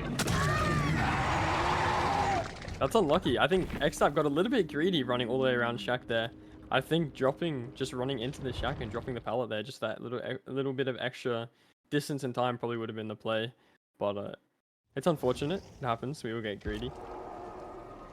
Alright, so I think that's our 25th survivor on the list, Logic. I think there's 25 anyway, for what I have. So we should be going into our Wraith set, and our 10 survivors are going to be, I'll just repost it again in chat. Unfortunately, there's no line spacing there, but that's going to be our 10 survivors heading into our next one. Oh, we do have one more. I believe we do have one more. McLaurin's. Quinn returning from his break. So 26 survivor, which Logic actually played over. I think Quinn, I don't remember if he said he was waking up, maybe that was someone else. But yeah, 26 survivor, so maybe he can actually cook something. Again, he needs a 117 chase to tie with the 10th position at the moment. Hopefully, though, he will. I've never seen this survivor play, I think. I've never heard of them either, but in my notes, I have down that they are from Thailand. So again, Thailand, I'm going to underestimate them at all, Logic. Yeah, I mean, to be honest, I think it really just comes down to raw skill. I mean, where you're from, I don't think it matters too much. But I have not seen this survivor play before either, so it'd be interesting to see how well they can do. But the time to beat right now is 117. If they manage to beat it, then that will be a top 10 guaranteed spot, considering this is the last survivor of the demo 1v1s round. We'll be going into the Wraith right off this, which I'm actually really interested to see, considering there are a few survivors on ping. And I think Wraith on ping is very difficult to play. Wraith on ping is very difficult to play, but it seems like we should be focusing on this just for the moment as, Quinn, right? Quinn is going to be using these 2 fillers here nicely, but greeting this a little bit into the vacuum, but I don't think he's got any safety around here. We'll have to try and juke and jiggy the edge map to get a little bit more time. But Oblivion did beat it, and Quinn kind of just wants to head back to the Shack here, make sure that his time is not compromised by his being zoned. So he's going to run around the window side of Shack here, so maybe it's going to be a little bit unsafe, but no, doubling back at a really nice moment to be able to get back to Shack. However, the light's still up. This time of 117 still seems pretty achievable, but it needs to last 15 seconds, which can feel so much longer in chase than just when you say it. So Logic, I'm not entirely sure if he'll be able to make this, but promising. I'm not sure if you saw that, Tavi, but that crouch on the Shack pallet and Oblivion hitting the edge of the table, I honestly think if Oblivion could straighten up a little bit on that shred, that crouch wouldn't have saved Quinn. But I think, as you were saying that, Tavi, I believe this now will definitely be a top 10 spot. That 15 seconds, I'm pretty sure has been met, unless I'm very I'll wrong. tell you right now. So my timer says 137, approaching 140.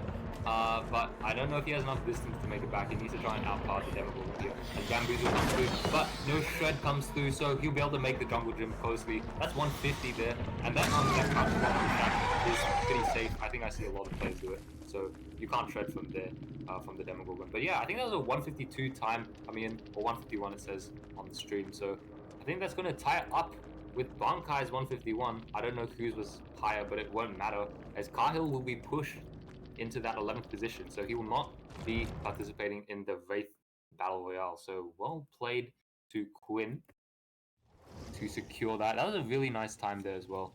So 151 is not common, so it's uncommon against the Demogorgon. Yeah, okay, so we saw the time. Actually, Javi, I said 120 and it ended up being 119. I don't think it gets much closer than that. So the top 10 being Smokie, Sen, DC, Sen, Bankai, Quinn, Satoru, Sin, Renga, and Potato. Quite a stacked top 10, Tavi. That is actually a lot. That's 3 O survivors in the top 10. Actually, he's at 4, sorry. Potato as well is in there. So we have Smokie, Sen, Vanga, and Potato for O survivors. And then we also have a pretty good mix of other regions, I think. We had Satoru from Philippines, only Philippines survivor making it in. Sen from Thailand, DC from Malaysia, Bankai from somewhere, Quinn from also Thailand. So yeah, anyway, we've got a good amount of flags in this. Also Sin from Japan. So yeah, pretty much like all the flags in the top 10 here. So I'm happy to see it's going to be like a little bit of battle here. But OS has, you could say, a little bit of an advantage as they have 4 survivors in the top 10. Yeah, we also actually saw the top time coming from Smokie, an OCE player. Even on that ping, what is it, like 120, 130? Getting the top time. It's actually quite impressive. Yeah, that's very impressive there. Like 251 is ridiculous in my opinion. But we do have the Wraith going into our next. Okay, hold on. I just spoke weirdly there. But our bracket, our queue will just be the reverse of the top 10. So Potato will go first, and then Smokie will be last. So I'm being told that we're going to an intermission. So we're going to be on the intermission screen, setting that up.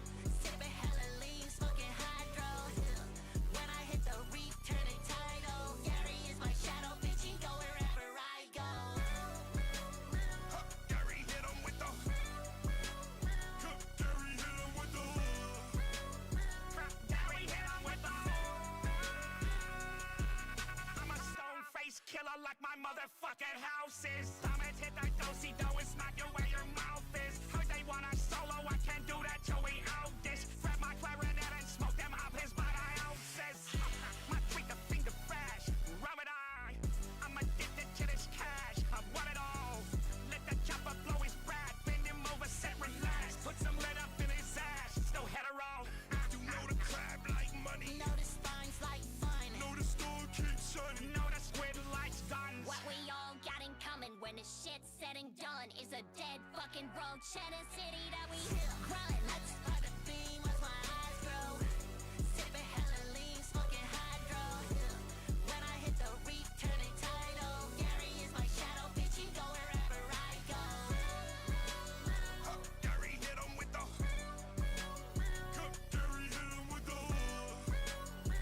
Gary hit him with the.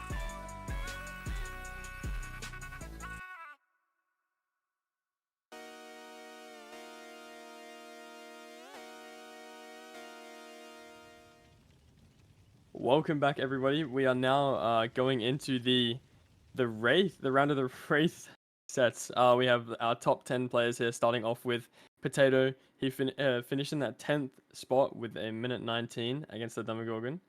So Wraith on Cold Tower 1, pretty standard. I'm excited to see what Potato can pull off. I think Cold Towers... I personally like Cold Tower a lot more on the Survivor side than Wrecker's Yard when it comes to 1v1s. But you see here, Wraith's Cold Tower, I don't think Logic, I can't lie, I haven't seen you 1v1 Wraith on Cold Tower at all, so it'll be a new fresh experience for your eyes, as Potato does have this 3 filler here. I think he'll want to be using it, but no eye fillers whatsoever.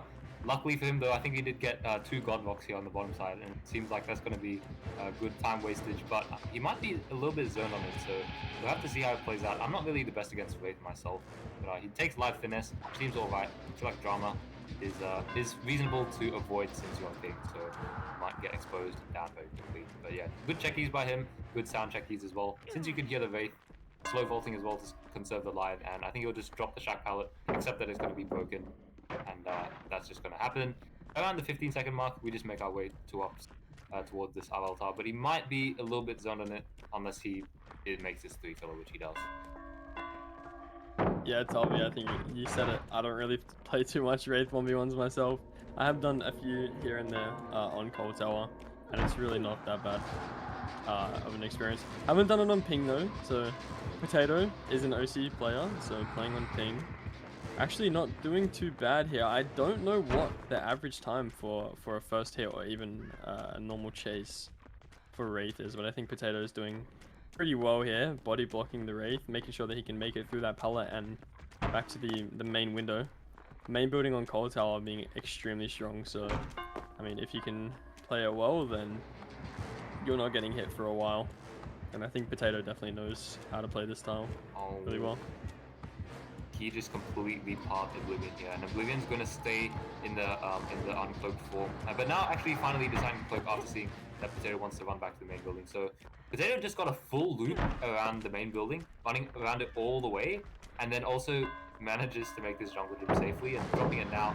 But luckily for him, Oblivion fully uncloaked. So we're going to the 135 marks, and I think he's going to inevitably take a tag here, since he only has this. But no, actually faking that, he'll be able to make it towards the Godlock now. So this is even more time that he's going to buy here. And I think 145 is, without a hit, is going to mean that he gets around like minimum 230, I'd say, especially with the RNG he still has that filler on 7. But actually winning this with the finesse as well, so buying more time, this is going to be insane for him. And that pallet's going to be broken now, but that's more than enough time for Potato just to waste more time back at Shack and force out the M1, which should inevitably occur. Yeah, I think first hit is going to come in here, but Potato can just use that first hit to make distance back up towards the top of the map, which we saw. We have this top mid filler here, as well as the main car pallet has not been dropped. So Potato really conservative of resources here, and I think honestly this is a really, really strong chase. We still have this pallet as well into the window, man. This is a really strong chase from Potato. Definitely playing this almost to perfection, I would say. This is really well played from Potato, I would say, but I think he's going to go down here. There's only so many 50s you can win on ping, and Oblivion looks like he has this movement, but Potato has the patience. He's going to vault in and vault again after a little bit of a movement fake. I think he should be going down soon, but Oblivion getting a little bit greedy there, swinging. I mean, it's a 50-50, so I should say getting greedy, but Potato's going to make the jungle gym window again, approaching the 3-minute mark. 3-minute mark is pretty insane against a Wraith. But yeah, I think we saw before, like Potato taking the pathing to the main building window. That was so clean from him, I think. We saw him like path around the junk and then also connect the junk to the jungle gym little L wall, and then also just go back into the main building window. But that'll be around 325 for Potato. I think that's gonna secure him in top 5 time. But you know, we don't know what the other survivors have in store. But for me, I think 326 is on the very, very high end for Wraith. So I think he's pretty safe with his time logic. Yeah, I think we also have to commend Potato. I'm not too sure about how many console players we see in this, but yeah, Potato is on the console. No reshade filters whatsoever, and on that 60 FPS with the input delay, to be able to be that good in Chase, it's kind of nuts to me. You don't really see it that often. And we're moving on to Renger now, who got a time of 1:24 in the first round against the Demogorgon. I think Renger, he is from OCE, but if you know Renger, he plays on 60 ping to Southeast Asia servers, so I don't think it's going to be much of an issue for Renger. I think he will be able to play this just how he would play if it were an OCE game. He's got a little bit of an advantage there. Yeah, for me, definitely Vanga's in like the I don't know, like being in WA is it's annoying because when you're playing in Asia events, you're gonna have higher ping than everyone else anyway. And you're playing in O's ping, then you're gonna have higher ping than everyone else. Like for sure. You're never gonna go below 60 in W. It seems like Vanga has this eye filler and a pallet gym as well. The pallet gym is oriented in such a way that he kind of is a little bit zoned. I don't think he had anything on the Shallow 3. He does start the chase, running around backside of the shack, and using the little bit of audio that Wraith gives. Seems like, oh, no, he wants to go off the visual and breaks away to the pallet gym now. I think he's actually going to give away a tag here. So Oblivion kind of, yeah, I don't know, just playing that, and Vanga, I'm not sure if he was listening carefully enough for Philip O'Drum little Wraith sounds, which I forgot what you call them. Yeah, I don't know, to be honest. I just call it the man with the blocked nose. Yeah, didn't quite pay enough attention to where the Wraith was coming from at the shack there. It's really hard against Wraith though, without the red stain and without the terror radius and barely being able to see the Wraith as well. It kind of does make it difficult, so you really have to play based off sound cues. But Renger did make it to the top of the map, so that's always good. We'll be able to play this main building for as long as physically possible. I don't know whether he's going to be able to make much out of this, considering that window is bammed, and that's just really unfortunate going down there. It's 105. 105 is not the time that you want in an event where you want to try and get top 5 from 10 players, and these 10 players are already coming from a bracket of top 5. So that's 104 time. It's probably not going to make it into the top 5, into the final Battle Royale of the Trapper. But yeah, I think Vanga really needed to get the position of the Wraith at Shack with the sound, because I think I remember I asked Pedro, like, oh, how do you track the Wraith at Shack? How do you know where he is? And he said you have to like pay attention to the sound, because if you hear that, like the Wraith doing his noises somewhere, he's gonna be there. If you hear him inside Shack and whatever. I mean, I think you get a point. You need to be listening out for us. Just yapping it. Yeah, I understand what you're trying to say, Tavi. Can't see him or anything like that, so just gotta listen out. But to be fair, the noises that Wraith makes are pretty loud and pretty obvious. So I think it's just about the consistency of Wraith's noises. So Sin spawning in the shack, gonna go and check the RNG. I don't think we saw an eye filler there. I don't believe. That's not. It's not great. Starting on the pallet side, actually, a little bit different. I don't know about starting on pallet side against Wraith, but I think, I mean, we can make it work, obviously. As we see the the finesse dramaturgy, so no life. No. I think dramaturgy is good against Wraith. I think this is the way you would use it. No, wow, okay. Oh, it's not Very hit. greedy and, I mean, it worked Well, really well. I swear that was a hit. I swear that was Yeah, a I hit, man, mean- because he got vaulted back in, like Oblivion vaulted back into the shack. So I didn't think he had enough distance, but that double back seemed to be enough. As he wants to connect this 7 filler to the God filler on the 7 here, but he'll kind of get a little bit stuck losing a bit of distance, but it won't matter as that will be going down pretty early.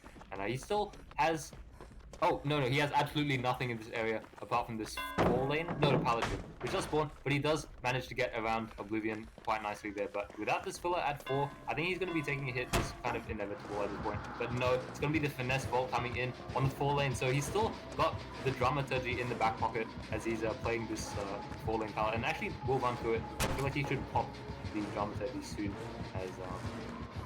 you know, even if you get exposed, surely there's like a good palette around here which you could play just for like 20 seconds, 12 seconds exposed. But no, he's forced to play this drunk palette here, and Oblivion's gonna have Bloodlust by this point, so it's gonna be pretty rough, I think, for Sim here.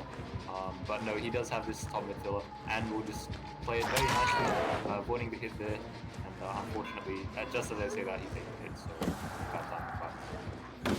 Yeah, I mean, there we see. I think that's the reason that you can't get too greedy with dramaturgy, because as soon as you have that first hit coming in, dramaturgy is just no longer available. So, I mean, definitely probably a better position. We could have used it. Not sure what the plan was, deciding to try and run the top area instead of going to main building first. I definitely expected it down there, but I mean, I guess the ping is just on Sin's side here. Playing this gold rock without pre-dropping it against Wraith. Wow, okay. It worked.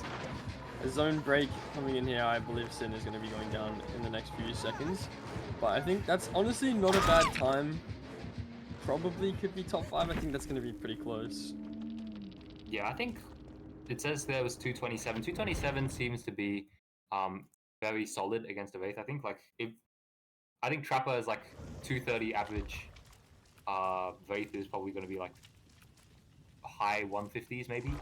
So what was it again? 227 going to be securing, I think, anyway, that top 5 position. And, I'm going to take that on my notes because I'm falling behind. Yeah, I can't speak too soon, Tavi. Never really know. We do know that all the survivors participating right now in this top 10 against the Wraith are pretty strong survivors, as they did make it out of that the top 25 or 26 we saw actually. Made it out of that into the top 10, so we know these are strong survivors. Probably going to be seeing some pretty good chases.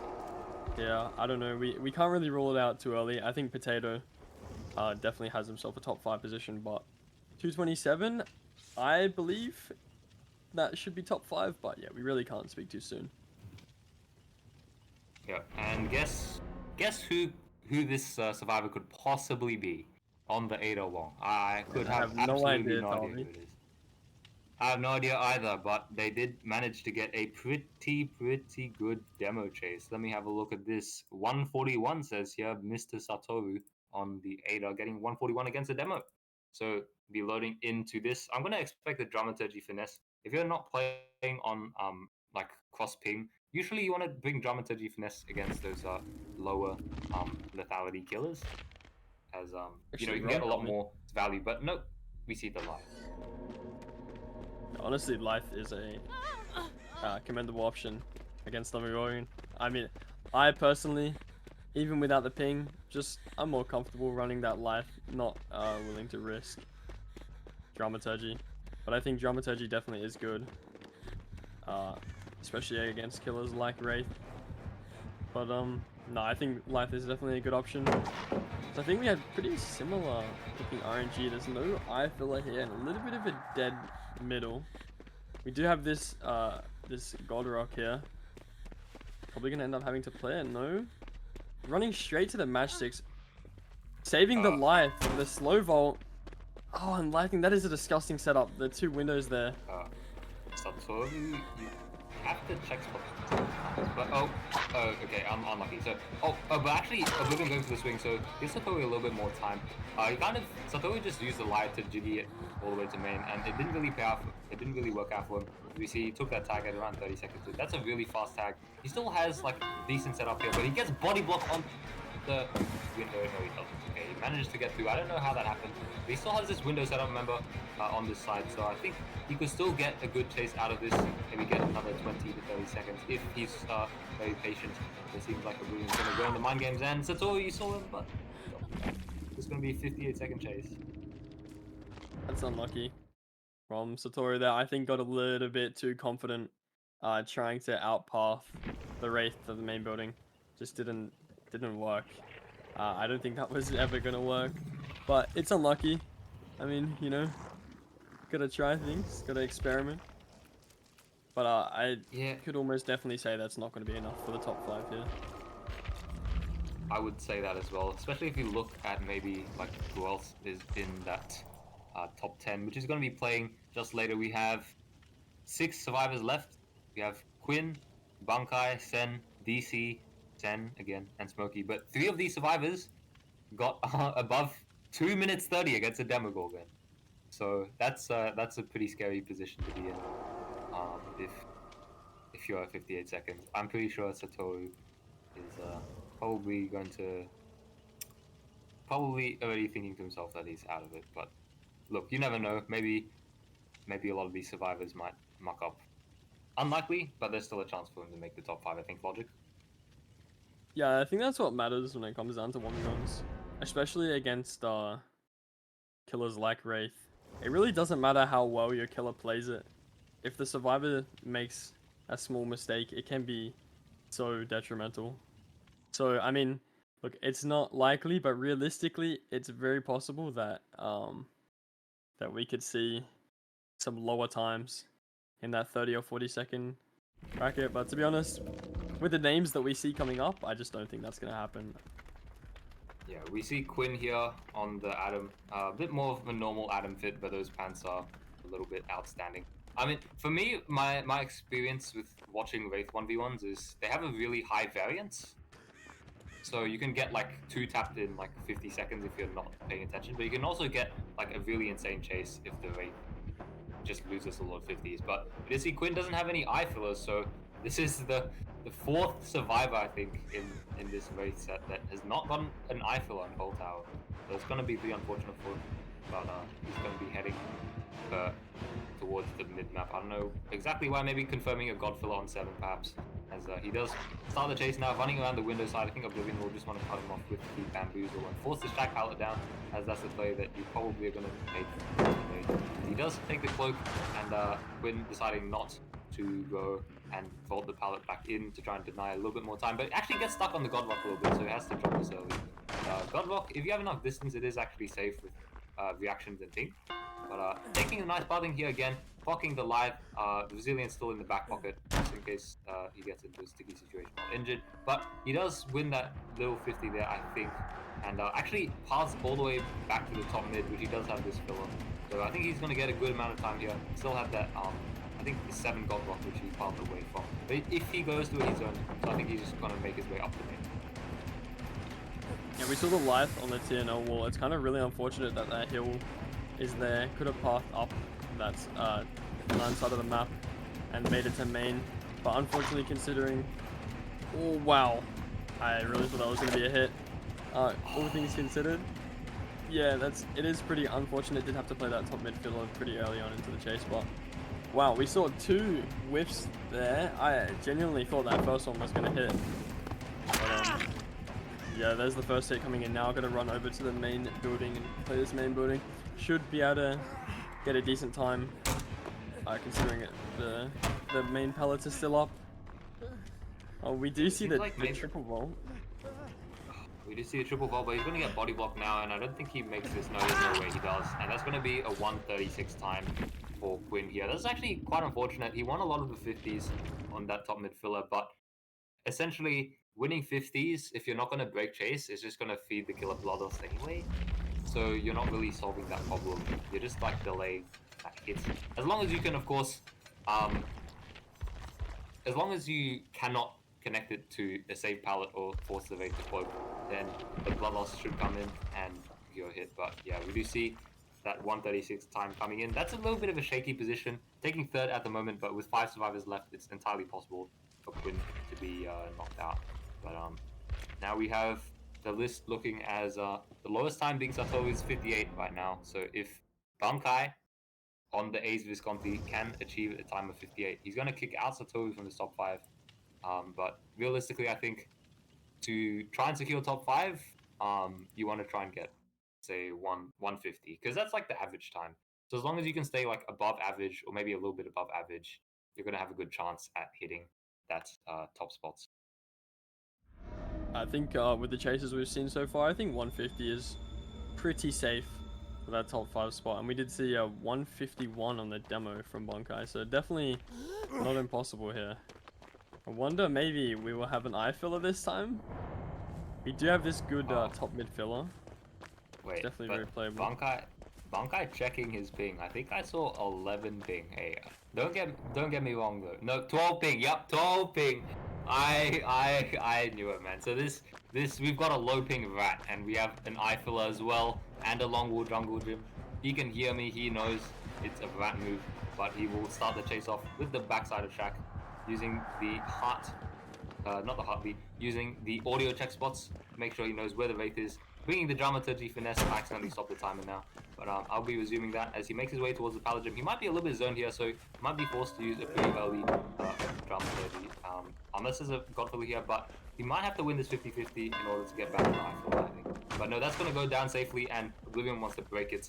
So he'll get this eye filler, but it's going to be on the wrong side now, so perhaps it will be hit. I know the good Wraiths can force this to a bit of a 50-50 and force double backs. That's with Windstorm. If you have Shadow Dance, then completely possible to outpower the Wraith. And it seems like that's the case, as Bankai does take the Shack window, uses the audio nicely again to go to the Shack pallet, waste a bit of time here, stops the pallet, and will finesse just to waste a bit of time with this low vault. And that's already, I think, 50 seconds down. And with no other pallets, though, it might be a little bit off. Maybe he has one here. It is a quad rock, so Yeah, I think you can definitely see the ping. Can play a lot safer with that ping vaulting into the Wraith. I mean, if you're on 100 ping, that's just not possible. You vault in, vault back, and you're just definitely going to be taking a hit. We still have the dramaturgy in play, and I think finesse will be back up soon. We do use the dramaturgy. Get exposed. Oh, this could be bad. Okay, that's not a hit. That's not 12 ping. That's not 12 ping. 12 ping rats never get hit. There you go. Yeah, that is definitely not a hit, but I mean the exposure, it always it always gets your blood running. Could have been hit there, would have been really, really unfortunate. But hey, we survived the exposure. The teabag. Yeah, this is going to be a high 2 minutes, I'd say. Or maybe mid 2 minutes, but yeah, this jungle gym going down now. We do hear the keyboards clacking in the distance as Bankai's mic is on. He's going to vault the window though. Not a fast vault, conserving the conserving the finesse. So he'll make it back towards the Sin car. I do call it the Sin car because I think he can still curve off it. And Oblivion's forced down cloak here. There's not really much to do. As Bankai fakes the pallet drop, very confident there. I do like the play there, greeting a little bit more. And this time I think he might drop it, but no, Oblivion doubles back. So he's going to get a little bit more time. I think Oblivion didn't want to, you never really want to chase that the way. But yeah, if you chase that way, then you give main to free. And it seems like the swing comes through. And Bankai will take this around 2 minutes 30 chase on the TLs, but now forced to play 50-50s. I think he'll be going down. That's the ping! That's the 11 ping! Not getting hit there is actually criminal. Oh my god. I cannot believe that wasn't a hit. We're gonna see the same sort of thing again? No, unfortunately not. We do end up getting down there. Wow, that was amazing. Oh my god. I think that was 2 minutes and 50 seconds on the Wraith. That's gonna pretty much secure, I would say, a top position here. As he does overtake Sin from second place, steals that 2:28 time away with that I think 2:40 to 2:50 time. I think I have. But I started again. I restarted my time, so I might be wrong. But yeah, 12 ping there. W man. W 12 ping. You gotta love it. Yeah, that was actually insane that hit didn't come through. Didn't matter too much because we did see Bankai went down pretty soon after. But still, that was that ping, man, quite something. I mean, after me did that demo chase on 90 ping, man, if I had 10 ping, I'd be loving life. Yeah, I get 20 ping. Oh, wait. But hold on. We have the man himself, Sen, and taking the ace now. Not joking around at all. Really wants to secure this Trapper Battle Royale if he can, which I think he's got a good chance of doing so. But again, it all depends on the next survivor's chases. But yeah, Sen loading in on the ace. I feel like he will just play it safe with the live finesse. I'm gonna see every O survivor bring it in at this point, but we still have Smokie left to go, so he might bring something different. But I'd sincerely doubt it. But yeah, that's actually our second eye filler we've seen. So knowing Sen's RNG, maybe he gets 2 eye fillers. I don't know logic. I mean, you never really know, Tavi. You can't be too sure with who's gonna win. I mean, we saw Sen got 4th place in the demo round, so I mean, it's really anyone's game. I guess it comes down to how good you're playing in the 1v1, what your RNG's like. There's a lot of things that it comes down to, but I think we do actually see the dramaturgy finesse. Sen, a little bit confident here to be running that on the 100 ping. Oh no. You see what's wrong here, logic. He does not have anything 4. He does not have anything 11. I don't think he had a jungle gym at 2, but I could be wrong. But he's playing this Wraith check spot really well, listening to the audio at Shack. So he'll just break away and make it towards this pallet gym. But he has nothing after this. Even with the dramaturgy used, he's not really going to be able to do much. And yeah, he kind of was forced. But no, oh my god, what has happened there, man? But Sen perfectly timing the bamboozle, the window vault, greeting the god pallet as well. Wow, this just turned from an early hit to something kind of amazing. We still have that shack pallet up, and we have the god filler straight into the window. I think the pallet's going to be broken. Sen going back to the shack. Vaulting in as well, so we get the pallet on the right side. Not dropping the pallet. Yes, I'm playing this really confidently. I like this. He had this 2 god fillers, which I did see, and actually Oblivion losing the 50-50 there, trying to swing through it. But now Sen has the path towards this 4 lane, but does win that 50-50 again. But he has nothing at 9, so he might actually take the hit here without the drum touch. He needs to try and path as well. I think he'll take the hit here on ping. But no, actually he had enough distance to do this. Oh, no way, bro. No way. That's actually crazy, bro. There's a reason why this guy is unmatched. Yeah, honestly, Tavi, I don't think we're seeing this sort of confidence from anybody else other than Sen. I mean, you know, you expect it from anybody. It's this guy. But damn, like, the fact that he still has that shack pallet up and didn't drop it, that's kind of insane. I don't know how he got away with that, to be honest, but I mean, fair play, dude. He still has not been hit yet, even with that high ping, playing this extremely well. Pre-dropping that for the safety, playing the check spots on this, I think, is it a long wall? Yeah? Yeah, it is Yeah, I long. believe it is a long wall. He gets jungle taken gym. too. Yeah, and the bamboozle's gone as well. The window is not blocked anymore, so can play that. It gets zoned away from it though, unfortunately. I don't know if he has much. Probably going to end up seeing that first hit pretty soon. Yeah, I think so as well. It all depends whether this finesse comes through, and I think it will. It's not enough time, yeah, and Sen knows it as well, I guess, as that hit didn't come through. Oblivion now has to try and keep this time within reasonable limits, but I think without this jungle gym, he does need to carve it towards his foresight. But yeah, again, he has nothing around here. It's just this window set up on this matchstick, so he should realistically be taking attack here. But knowing Sen, he's going to win more 50-50. He's going to fake this, of course, but now of course he gets hit as Oblivion did not swing for it. So now we're approaching the 245 mark. Very, very good chase for the RNG. I think he had. Especially that play at the start in the pallet gym, kind of predicting the break, the insta break. So he vaulted in and then just parted straight to Shack, and then also now still has a Shack pallet since he ran through it. And there's also unzoned since Oblivion vaulted into Shaq back again.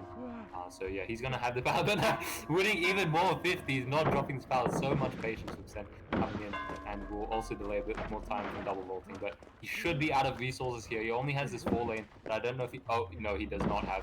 Just no resources. He still has his resource here. Also greeds to the pallet vault as well, doing a last second, and now he has to play the God Rock check spots on ping. I think he has it, but no Oblivion. Oh, he's just in Oblivion's mind, man. What is going on? This is crazy. This is an insane chase. I think Sen at the start of the game, he just knew that considering the RNG, the only way he was going to get a good time was conserving that Shaq pallet after first hit. We do see him going down here. What an insane time. That was actually kind of nuts. 342, bro. 342. Sen cooking on the RNG he had. He only had those 2 God fillers, believe it or not, and that 1 jungle gym pallet for safety. Also the pallet gym, but that pallet gym was not safe because he was completely zoned on it. If Oblivion got that pallet break and zoned Sen to the edge map of 5, he would have just taken a hit, I think, as there was no really way for him to get to anything safe. But yeah, Sen taking that 343 time or something against against Wraith, that's gonna secure top 1 for him, and he's gonna be moving in to the first position. And I've completely neglected to say, but Vanga and Satoru are now out of the top 5 as we do head into our next chase, which will be, I'm just gonna check right now, will be DC Gamester on the Adam Francis with Drama Finesse. So he needs to try and beat a 136 to stay in the top 5, and I'm not sure how he'll do in this Wraith set, but again, we did see like those times in the demo can kind of vary quite drastically when it comes to the Wraith. So we saw like Satoru's like 140 go to 58 seconds, which is unfortunate, but I think we did see an eye filler. Yeah, we did see an eye filler, so at least there's that for DC. But yeah, we're just gonna have to see his raw mechanics come into play, because I think Wraith really comes down to raw mechanics. I mean, you never know. Like, 1v1s are just never consistent. You know, it's times can go from, like you said, that 140 to going to a weaker killer, 58 seconds, and arguably a weaker map on the survivor side as well. But yeah, we do see DC Gamestar running straight past the Shack, straight past another rock filler, and just trying to play this rock filler here, holding the check spots against Wraith, faking the cloak, trying to maybe bait the breakaway, doesn't fall for it, or maybe vaults a little bit early, but Oblivion does swing, so a little bit of distance here. Playing the dramaturgy, does make it to this Ormond tile, maybe gonna end up getting first hit here. Yeah, He's down, and he got exposed. I didn't even notice. I was not paying That attention. blood loss, Oh, that's that so blood loss came lucky. in clutch for Oblivion there, and yeah, dramaturgy there. He lost that 25%, and Vanga is saying in chat, "I'm not last. Let's go." As that chase from DC was very. I feel like he got off to a really nice start there. He parred the Godfiller very nicely, but then missing that 1 check spot, and then he used the dramaturgy as well, to try and get to the 136 win con. But then turns out he gets exposed and then downed in like 48 seconds. So he's gonna take that last position, unfortunately, as we do see Sen from Thailand go into the next chase. Now, I think we only have 2 survivors after Sen. Actually, no, Sen is the second last survivor. So in order to secure that position, he needs a 229 to beat Sen's 4th position. So I'll be happy to see what Sen can do, because that demo chase from Sen did look very solid to me. Yeah, you could definitely tell that his survivor capabilities are up there. Very strong player. So never seen him play before, but I was very Okay, surprised. so I just got a correction. Sen is from Japan. Sorry, I just cross reference the names with the country roles for the server. So okay, my bad. Sen is from Japan. So yeah, Sen's gonna cook, I guess, this chase out, and he has an eye filler. So I'm always gonna point that out, because every time I play this map, I swear I do not get eye fillers. It pisses me off. I mean, arguably that eye filler is in the better position as well, because against a killer like Wraith, you can definitely make the distance to eye filler, and then just use it to play main. Interesting what we saw there. I think that instant pallet drop. A little bit of miscommunication there. That's alright. Sen trying to play a four lane against the Wraith, using Dramaturgy pretty early on. Screams, so doesn't get exposed, but does take a first hit really early. This is not looking great. The Shack pallet is already gone as well, and I just don't think we have a lot to work with on this side of the map. We do have a God Rock, but playing this God Rock is going to force him to be zoned, and just unlucky. Just gets body blocked away from the God Rock. Wow, that's really unlucky. 33 seconds, man. Yeah, I guess he just couldn't make use of the RNG he had bot side, which was arguably one of the worst bot sides that I've seen. But still, that 4 lane was kind of, redeemable, since that 4 lane was Orvite. It was like the Orvite 4 lane, the best one that you can spawn in, with the long pallet side and a good window. But again, just getting that early hit and then not being able to make that God Filler just meant the end for Sen there. So Smokie coming in as the final survivor. All he needs to do is beat a 1:36 time set by Quinn, who's currently in the 5th position. So Smokie can just take the Trapper. He can make it into the Trapper with a 1:36. But again, he's on ping, and ping Wraith, especially if the micro is like a little bit shaky on Wraith, the ping will not help at all. So Smokie needs to try and secure this and get a good bit of RNG, because that will help him a lot, I think. I mean, if you know Smokie, then you know that he can definitely pull it off. Smokie is a pretty strong player, in my opinion anyway. I don't think it's going to be a problem for Smokie. I mean, even with the ping, I think he's made the right choice here, running Lithe instead of Dramaturgy, just considering how high the ping is, not wanting to risk anything. And realistically, with the time of, I believe you said 1:36 to beat, Yeah. I think that's definitely very, very doable against the killer like Wraith, even on that high ping. I think Smokie knows exactly how he needs to play this, and just needs to be confident. I think he can definitely take it.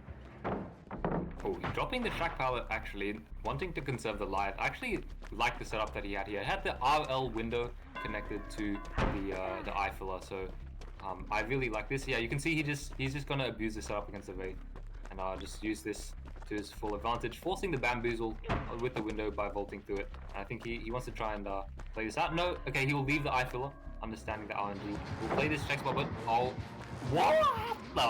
What? So, What have we just seen? What just happened? Oblivion, no. I mean, if Oblivion had line of sight of Smoke. It's fine, chat. 51 seconds in, and Smokie gets a stun on ping as well on this God Filler. It's gonna buy him more time. Every second here counts, because 1:36 again. You can't be slacking, even with this good RNG, even with this God Filler and the Pallet Gym, which is actually not going to be dropped. Smokie predicting that, so gonna get another 2 seconds out of it. But actually playing the Xeno V1 check spot, whatever you call it, off this, and will pre-vault, correctly guessing that, approaching the 1:20 mark. I think he's going to be able to take this 1:36 time, as this chase has gone on for long enough, and he will make it back to the Eiffel, I think, before I think he will eventually have to take tag, as the distance is a little bit too close for the Wraith to not be able to miss a swing. So yeah, he'll take a tag, run to the top side, already 1:40 in, so Smokie's well past that mark, just playing for the best time possible, as I think for the Trapper set, it's going to be the same as the demo to Wraith. If you make a better time, then you're going to be playing next. So Smokie still needs to try and secure a good spot, but he does get double bamboozled. But he will actually be able to make his rock, this edge map filler, not edge map, the main filler, and he won't be able to combo it into the main vault though. So you'll just head back to the jungle with him, I think. But he should be zoned here, as he really has nothing left. So yeah. Honestly, though, that window is just unbammed. And we still have this pallet here. I think this is, if he plays it correctly, considering, never mind. Definitely cannot hold that pallet on ping. I don't think that was the play, but regardless, made it into that top 5 there, so not a worry for Smokie. Yeah, not a worry for him at all, but not being able to surpass that 229 mark to overtake Sin means that he has to play first in the next Trapper set. So He will be kind of like the benchmark for everyone else. And usually, you want to be playing last. So Sen has the privilege of doing so since he has a 343, which is the highest time. We'll be setting that up because we're going to have to go to a short intermission as our killer probably wants to take a break.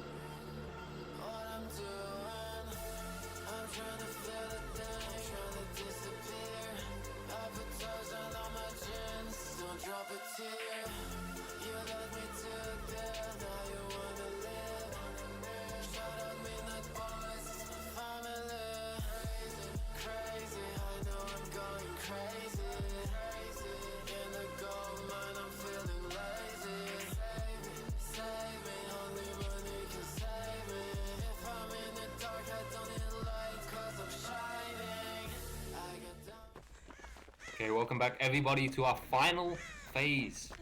Okay, that's not a joke. To our final Trapper set of our Battle Royale, round 3. 5 of the highest performing 1v1 survivors. Okay, okay, whatever. You know what I mean. The top 5 from the previous brackets are now in. All of these survivors showing proficiency in the Demogorgon and the Wraith sets, as they all achieved like very, very solid times. I think, yeah, all of them were above 2 minutes against the Wraith. And I think all of them were above like 140 against the Demogorgon. So Smokie here, taking the water tower on his first chase. So very nice setup for him as he'll be running around it. I haven't paid attention, but he does have this filler, but he shouldn't be running it as he's probably zoned. As Oblivion probably has the brutal strength as well. So he's just making his way back to Shack, trying to get his light off, which will be pretty safe with the finesse in the background as well. You see Oblivion running through the window and not deciding to hold through it, so it's probably going to be brutal strength on this chase. But he doesn't want to play the window again. Doesn't hold back in, but Oblivion expecting it actually, goes back in and holds the window. So now with the Bloodlust, I think Smokie just wants to drop the pallet, make his way up the map and towards the mid map. That's a good start here from Smokie, being able to utilize that water tower. We see that a lot in Trapper 1v1s when we do have the water tower on the bottom side of the map, being able to use that for extra distance. And this filler here, probably not the best to be playing it, but not going to get a chance to play it at any other point in the game here. So can greed the check spots a little bit, considering he has finesse, but is going to be taking a hit really early. I don't think wrapping the water tower another time and playing that filler was really the right play here for Smokie. Can see that trap ahead over the top of the water tower, so not really going to need to heartbeat read it. Yeah. Smokie playing it really well. Does have the distance to keep looping this, but I don't know, he doesn't have a lot. I mean, we have obviously the mid jungle gym. He does have the short wall jungle gym. It's actually pretty well played by Smokie. Gonna have to pre-drop this considering the ping we saw last game on the race set. Tried to do the same sort of thing, but got hit through it. Smokie kind of getting a little bit stuck on the water tower here, so he's kind of forced to play Shack rather than that filler. I think he did want to play the filler a little bit more. He's kind of again forced to play Footsies on the Shack as he runs back in, approaching the 230 mark here. I don't know if he has another filler, but he's piling towards it, and it seems like he does have another filler 6. Probably wants to try and read this just a little bit to get the maximum time. Oblivion respecting both. I think we'll just get it down here at around 2:36. So that's a pretty average time by Smokie. Just unfortunate, I think. I feel like he should have just ran to the jungle gym and dropped that and try and make his way up the main. That's generally the plan against Trapper. But yeah, 236 coming through from Smokie. So I'd say with the other 4 survivors in here, gunning for that $100, I think uh, I think it's a little bit of a shaky position to be in. Yeah, I don't think that time is quite gonna make it. We do see there from Smokie that those those fillers, they look like they're strong, but realistically you can't play them on 130 ping. It's just not gonna happen. And I mean, even without the ping, I think those fillers are just really hard to play. Smokie should have just utilized that middle section of the map. Had what 4 or 5 tiles through the middle section that he could have played around. Would have bought him a lot more time, maybe even made it up to the top of the map. But still, not a bad effort. I mean, it's nothing below average, so we really can't complain if you are Smokie. Yeah, I think if I were to play exactly the same setup as Smokie, I'd probably get around 30 seconds less. So he did pretty well for what he had. But I feel like yeah, his mistake there was just going to the filler after dropping Shack. He had more than enough distance, I think, to make it to the jungle gym safely, and try and make it towards main after dropping it. But we will have to see what Sin can do. He does have this pretty. We'll have to analyze the setup actually. So he has TL into an RL into a Pala Gym. So he'll want to probably use the Pala Gym and the jungle gym as well at top mid. I did see that with my eyes. And so Sin will probably want to use this mid map effectively as his bot map looks a little bit rough. No, okay, never mind. He has also a filler just outside of Shack. And I think there's 2 fillers. Yes, 2 fillers outside of Shack. Or is that maybe a third one? 3 I didn't fillers see actually. That was a yeah. third filler. Yep. Okay, I'm 3 wrong. fillers. 3 fillers outside Shack. So I think Sin here will want to try and use everything bot side, head mid map, use the Pala Gym, use the jungle gym. Boom, that's already 2 minutes. Yeah, it's actually very strong. A very strong setup. Listen, as yeah, I think if he plays as well, this should be a long chase. Already starting off playing the Shack. Gonna not opt to drop the pallet.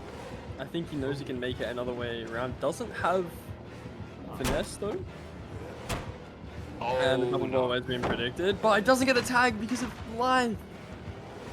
Wow, okay, I don't know what happened there. I think Oblivion could have swung with that, but anyway, I don't entirely agree with that live play. I think he should have just ran to the filler and dropped that, and the Bloodlust, when that kicks in, then you can live back to Shack, get the use out of the 1 filler, and then head to the mid map. So you did see there, he did lose a little bit of time there, but it's not really a big deal, as he does have this insane mid setup.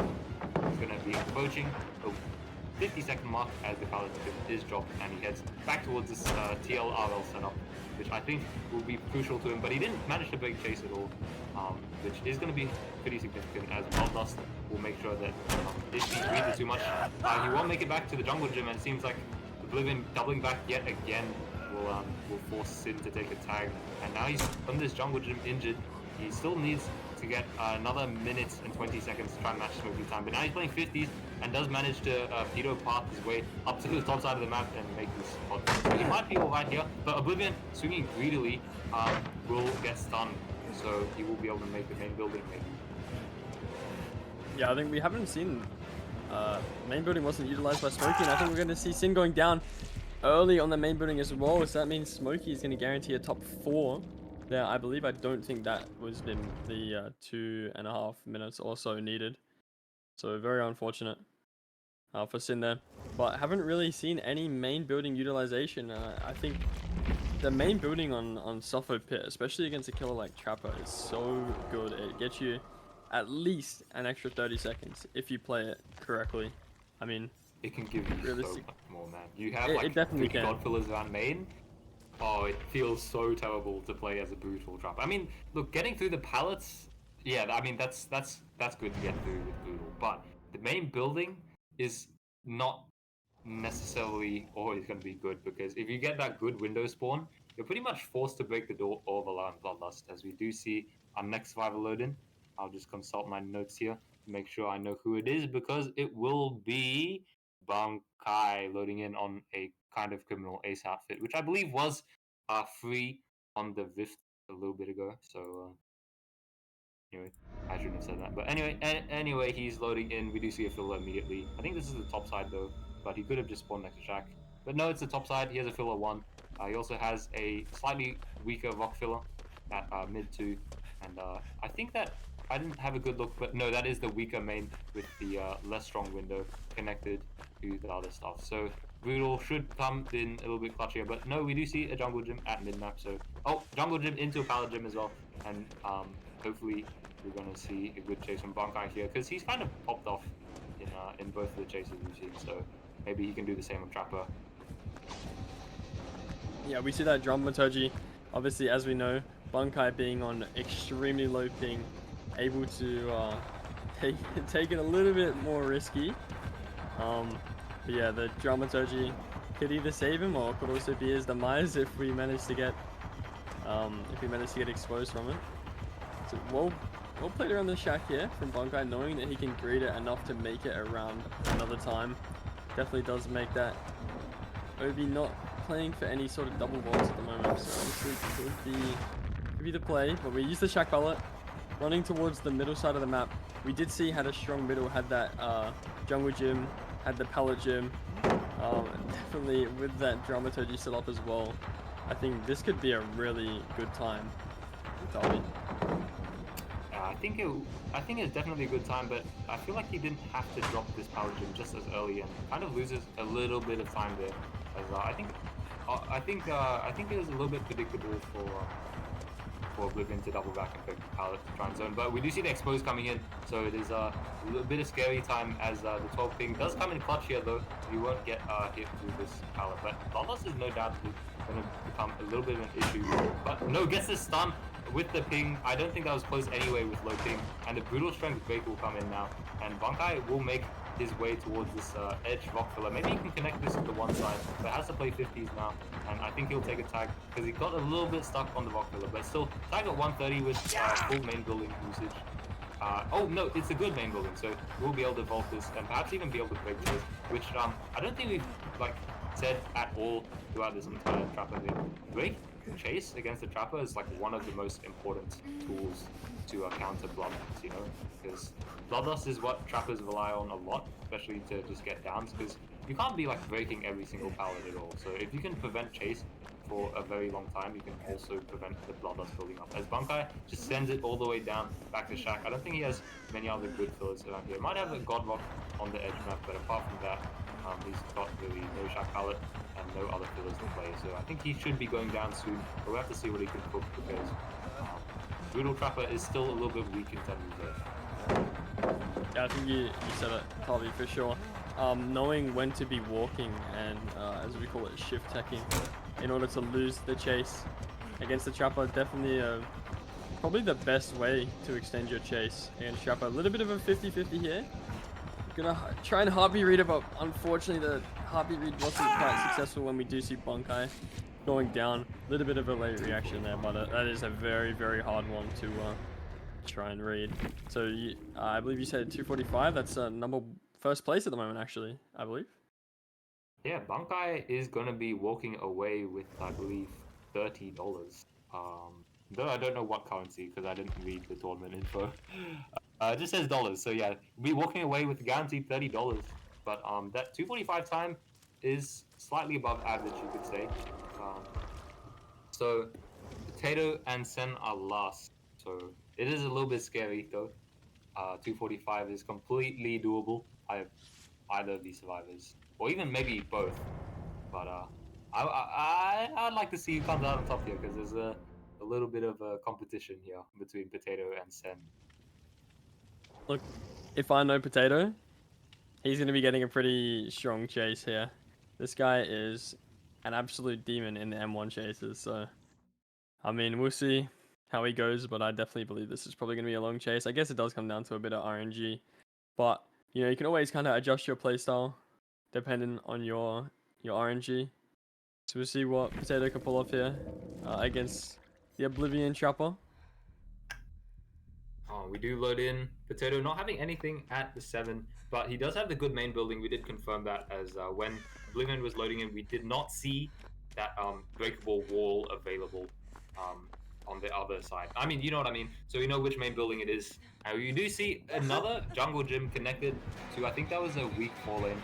And Potato really wants to check the top side here because this is a potential $100 chase, which potential $100 map that he's going to be running. So he wants to make sure that he has a full idea of where all his good resources are and what kind of things he can connect to. But I think it seems like a pretty alright map in terms of connection here. It just might be a little bit weak bottom side without this 7 cod block. And I think he will have to try play this shack out as he usually do, just run around it and drop it. Yeah, we did see in that middle area of the map, had a very, very strong setup. We had the RNL wall into the, I believe it was a jungle gym pallet, facing right next to each other as we see right here. Very, very strong. Opting to actually save the life, not using the window at shack.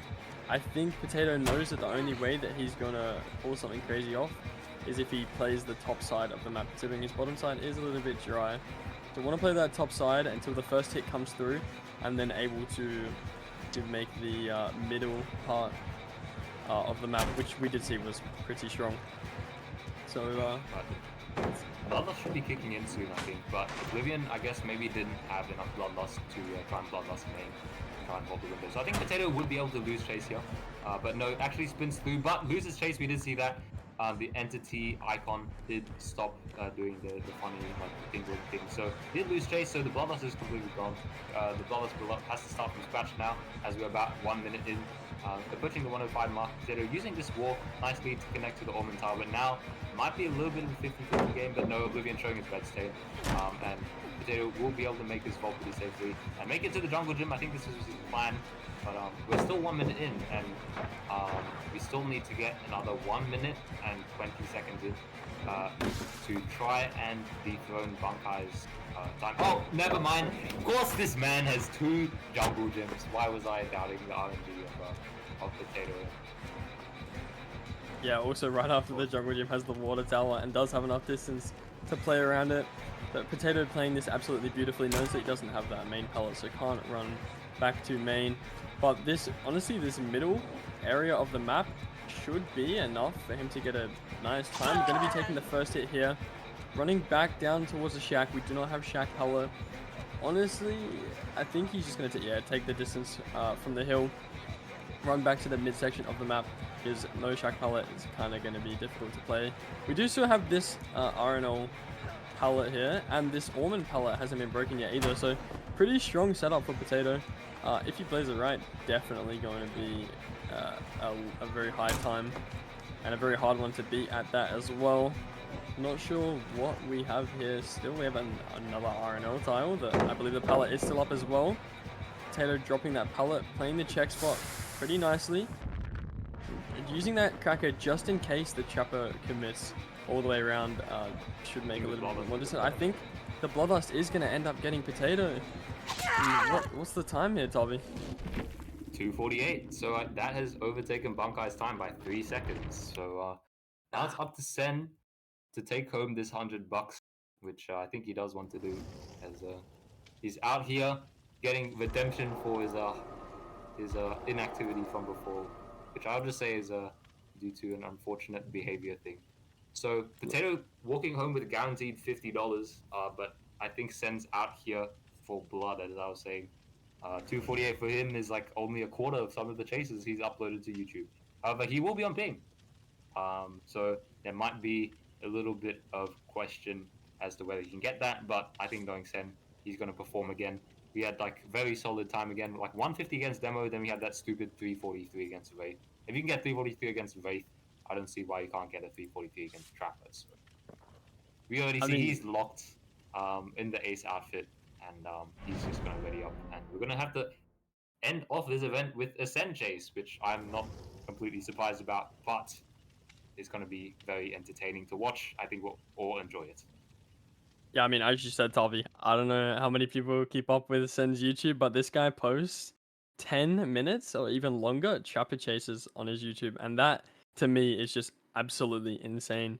Like, to be able to still have resources and still be chasing it at 10 minutes in, I don't know, man, that seems unreal to me. So realistically, 2 minutes 48 seconds, the time to beat.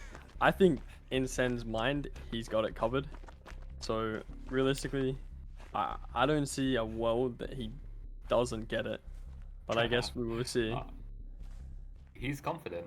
He's not deciding to check the RNG top side at all. Not even the mid side. I think when also I asked Pedro, or someone asked Pedro, like, oh, how do you like 1v1 and like make sure you know where everything is? And he just said like it just comes with experience and comes with like knowing where everything is. We do see him manage to not get chased around the shack, and he doesn't decide to walk at all, but actually does manage to break chase. He does not manage to get chase, and actually will still remain without chase, and also continues to remain without chase as we head into like 20-ish second mark. Does pop the line though, but still without chase, we can keep on going with this trapper for infinite time because there's just no bloodlust and no chase whatsoever. Sen showing the shift tech to its greatest ability. Only now, perhaps, will he get chased around this long wall, but no, actually shift. Oh my god, this guy, man. This guy, I am. you know, holy. Oh, I am genuinely lost for words. How has he not gotten chased yet, Tavi? And what the hell? Finesse is back up as well. His exhaustion after using Lithe early on in the chase finally gets chased. But the exhaustion already over a quarter of the way down. Oh, dude, what is this start? This is an unreal start from Sen. Hasn't even left the shack yet. Has lost chase as well. Because of the swing, he managed to stop the 8 seconds, but I don't think Potato stands a chance. Unfortunately, the shift tech didn't work out there, and Oblivion not happy, stepping through the window even without the bamboozle set. Just so confident on this with his timing, and unfortunately the window will finally block off, but it's already been 1.5 minutes of this entire trapper chase, and he's looking very strong to beat this Wincon man. 1.5 minutes from Shack and getting live half back, that's nuts, bro. And he still has his jungle with him, still has a 4 lane to connect to it. Oh, he did lose a little bit of distance here, but will manage to make this with the finesse between there. Okay. I knew this was going to be an insane chase, but a minute and a half on Shack with no hit? Dude, I honestly just don't think anyone does it like Sen does it. I think no one does it like him. Look at the parting there. Look at the micro parting there as well on the RL. Faking the pallet, breaking the LOS, also taking the inside vault, the outside in vault into this. And this is the tiles where he really specializes on these RLs, playing these 50s. And yeah, you can see Oblivion is scared of the RL, and he loses chase as well. So gets banged for his buff on this RL. But yeah, I mean, just the way he plays these RLs are so clean, and like he just knows it all on them, and I can't fault this play here at all. I do not see any mistakes from Sen, except perhaps that one, but he has the finesse and the live back up, and he connects it to the 4-lane pallet, which I think he'll make. Yeah, he will, and I think, oh my god, bro, like what can I say about this guy? He's just cooking. It's crazy how well this guy plays in the right now. I mean, this is something we haven't seen yet. Look at this, the live coming back from Sen. We have not in the entire thing have we seen that the exhaustion come back. Not once have we seen someone actually manage to get their exhaustion back. But Sen does it before taking the first hit. Dude, I don't know how he does it. This guy is superhuman, dude. Yeah, this guy's superhuman. I mean, I remember seeing Mystic's videos. Oh, he also pre-vaults the track as well, preventing chase. He probably needs to make his way up to a pallet, otherwise he gets hit. Actually, no, maybe he does make this paladin before getting hit, but I think his ping will tell him that he won't make it. Yeah, that's very unfortunate for Sen, but he's already, I think, taken first place, 324 already from that chase, man. That's just like this guy. Like I was talking about Mystic before. Like Mystic, I think is cheating, but I don't want to say that's official because he might not be, but I remember he had like a 6-minute chase where he was just shift decking on Shack for like 2 minutes. And we just saw that from Sen right now on ping as well, shift decking just there again to make sure that the chase doesn't begin. But he's gonna part to the window again. Very, very nice parting there, tracking where the trapper will go. You can just see he just knows, he's just responding to all of these trapper things very well, and he even knows the distance there, and will also inside out vault and win the 50 again on this bow, and he breaks away just in time to make the RL. Actually makes the RL window now, and yeah, bro, this guy. This is 1v1 tourney, and he's showing up like this YouTube video, bro. Like it's crazy. Look, I wouldn't be surprised if this ends up in a YouTube video afterwards, Tavi. This is The amount of 50-50s that this guy's winning, playing that locker check spot as well, that's not one. Oh. What? What happened? I'm not the only one who saw that, right? He just went straight through the killer. I think Tavi's too stunned to speak. Or maybe we have lost Tavi, I'm honestly not too sure. Oh, sorry, my mic was off. Oh, there we go. 435. 435. 435. Hey, can you imagine? A third of your chase was on Shack. A third of your chase was on Shack. That's Dude, crazy. this guy, That's just... like, second place was 248 and this guy pulls 436. This guy just, Yeah, he GG. wins by, oh my days, dude. I'm lost for words. That was amazing. That was insane. It's ridiculous. It's just, yeah, I mean, Sen just showing why he's feared in the 1v1, especially on the Trapper. And he's taking away this event with the full $100 pretty clearly, dominating the race. That's 343, close to Potato, but that Trapper chase, ridiculous. And also performing on the demo. Big shout out to second place Potato. He played the chases very well as well, getting a really good demo time, I think, as well, above 2 minutes, if I'm not mistaken. So third place No, I will go to believe Bankai. Potato Oh, got a minute 19 on the demo, and it was like 3 minutes something on the rate, I believe.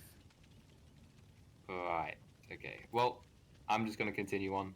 Sorry, my bad. I lied about Potato Chase. But anyway, Bankai taking third place, and then Sin taking. Oh, sorry, Smokie taking fourth place with the 236. Unfortunately, the Trapper Chase could not keep up with others, and then Sin with the $10 still in his